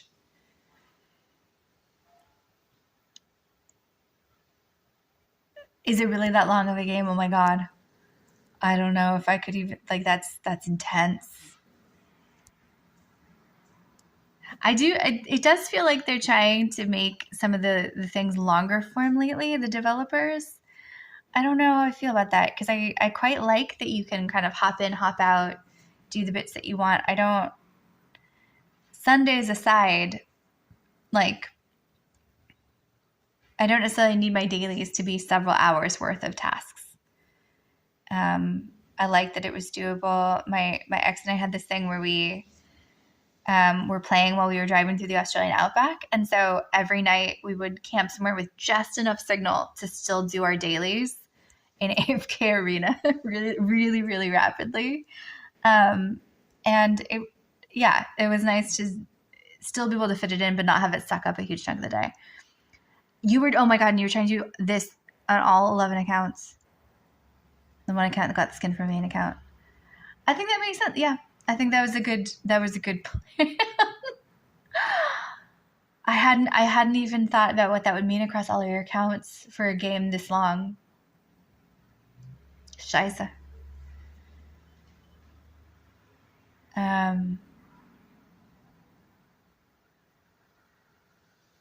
mean, even dailies on 11 accounts. I mean, that is still a considerable chunk of time. Or no, because if you have enough of them leveled up enough, many of them are on the automatic stuff at this point. So, I guess it could go pretty quickly. How do I get down? Oh, wait. Okay, I see. There's the pathway. Okay. Really, I promise. I'm just going to finish out this pathway and then call it. But I feel like I said that 10 minutes ago, and then I'm still like, battle. An hour and a half for all of them. Okay.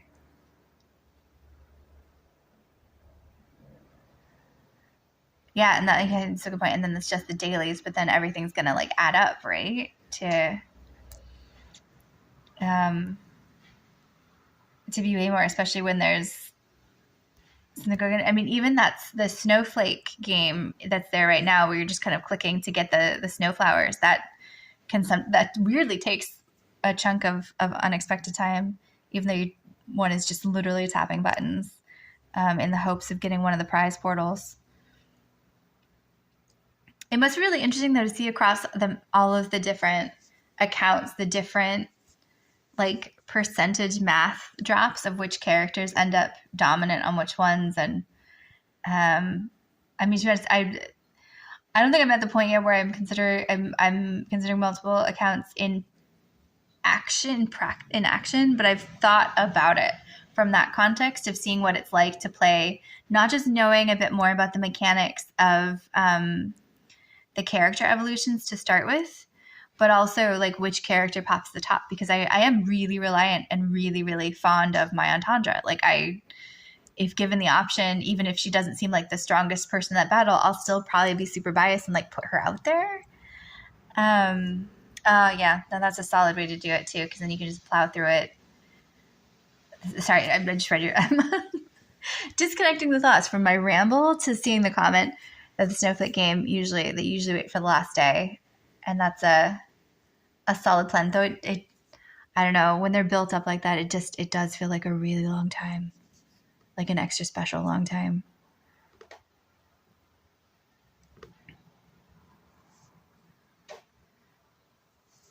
Victory. Okay. All right. I'm going to collect these, and then I'm going to go empty out all of the treasure points because it's too tempting to not see what's coming to the bag and what's in the, because that was a lot of scrolls too. 24 scrolls, 11 crystal ball cards. So we can do those, and then let's just grab these guys first. Look at all that lovely fodder. And then 1 purple. Rain, interesting. Let's clear out some hero slots with an auto ascend on those guys. Where am I on rain, actually? Okay, so I have 1. Yeah, no, I really haven't gone after. Actually, I think she's another one where I sinfully, again, apologies, guys, in my early game was feeding some of the proper characters to other proper characters. So I think I cannibalized Rain at some point because I definitely at least had her to gold-edged gold because I have her in the library unions all sorted out. All right, we have some scrolls. So we can do 2 people pulls. Fingers crossed for purples and no purples. Awesome. 1 more. Purple. Who is it? Baden. I think we're getting stars for Baden. Okay, and a Stargaze pull. Here we go. Okay, 1 purple, 1 blue.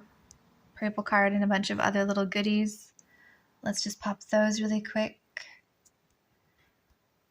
And then we'll go to the Temple of Ascension. Ooh, a Grazul. I think my Grazul is all leveled up, isn't he? No. Is he still after stars? No, he is. Okay, so that's just future fodder. Sadness. Let's do mass auto ascend. Now what did that? Okay, so 3rd star for Baden. Cool. Chipping away. Oh wait, there's a lot of chat. Mobile Legend Adventure and have 18. Oh, I don't know that game. 18 accounts. It's crazy awesome. Here's Gwyneth, and when I first started playing, I used to have food for my Belinda on my main account. Yeah. Now I have both of them 5-star send, and I still get copies of them, so it's not like gaming stops. True. Can't make another copy of them the highest you can make them is Legendary Plus and start using them as food. It's a weird thing to feel guilty about feeding these little digital characters to each other. I suppose it's good guilt, though, right? It's good that we feel these slight little bits of guilt for like getting attached to them and then feeling guilty, because I do worry that like kids get so rude to Alexas and things like that already. Oh, it's the 1st star for Tresnor. That's exciting. And so maybe it'll be weird things like this that encourage us to still be polite to our digital beings and artificial intelligences in our life, before they murder us and everything. All right, gang, I think that is it for me for the day. Thank you guys so much for coming in and saying hello and making friends. And I'll see you in game and hopefully see you back here on Twitch at some point, and sending everybody mega extreme wishes for much awesomeness for the rest of your weekend, and for your hero card pulls and in-game lives and real lives. And so lovely chatting with you guys. Have an amazing rest of the day.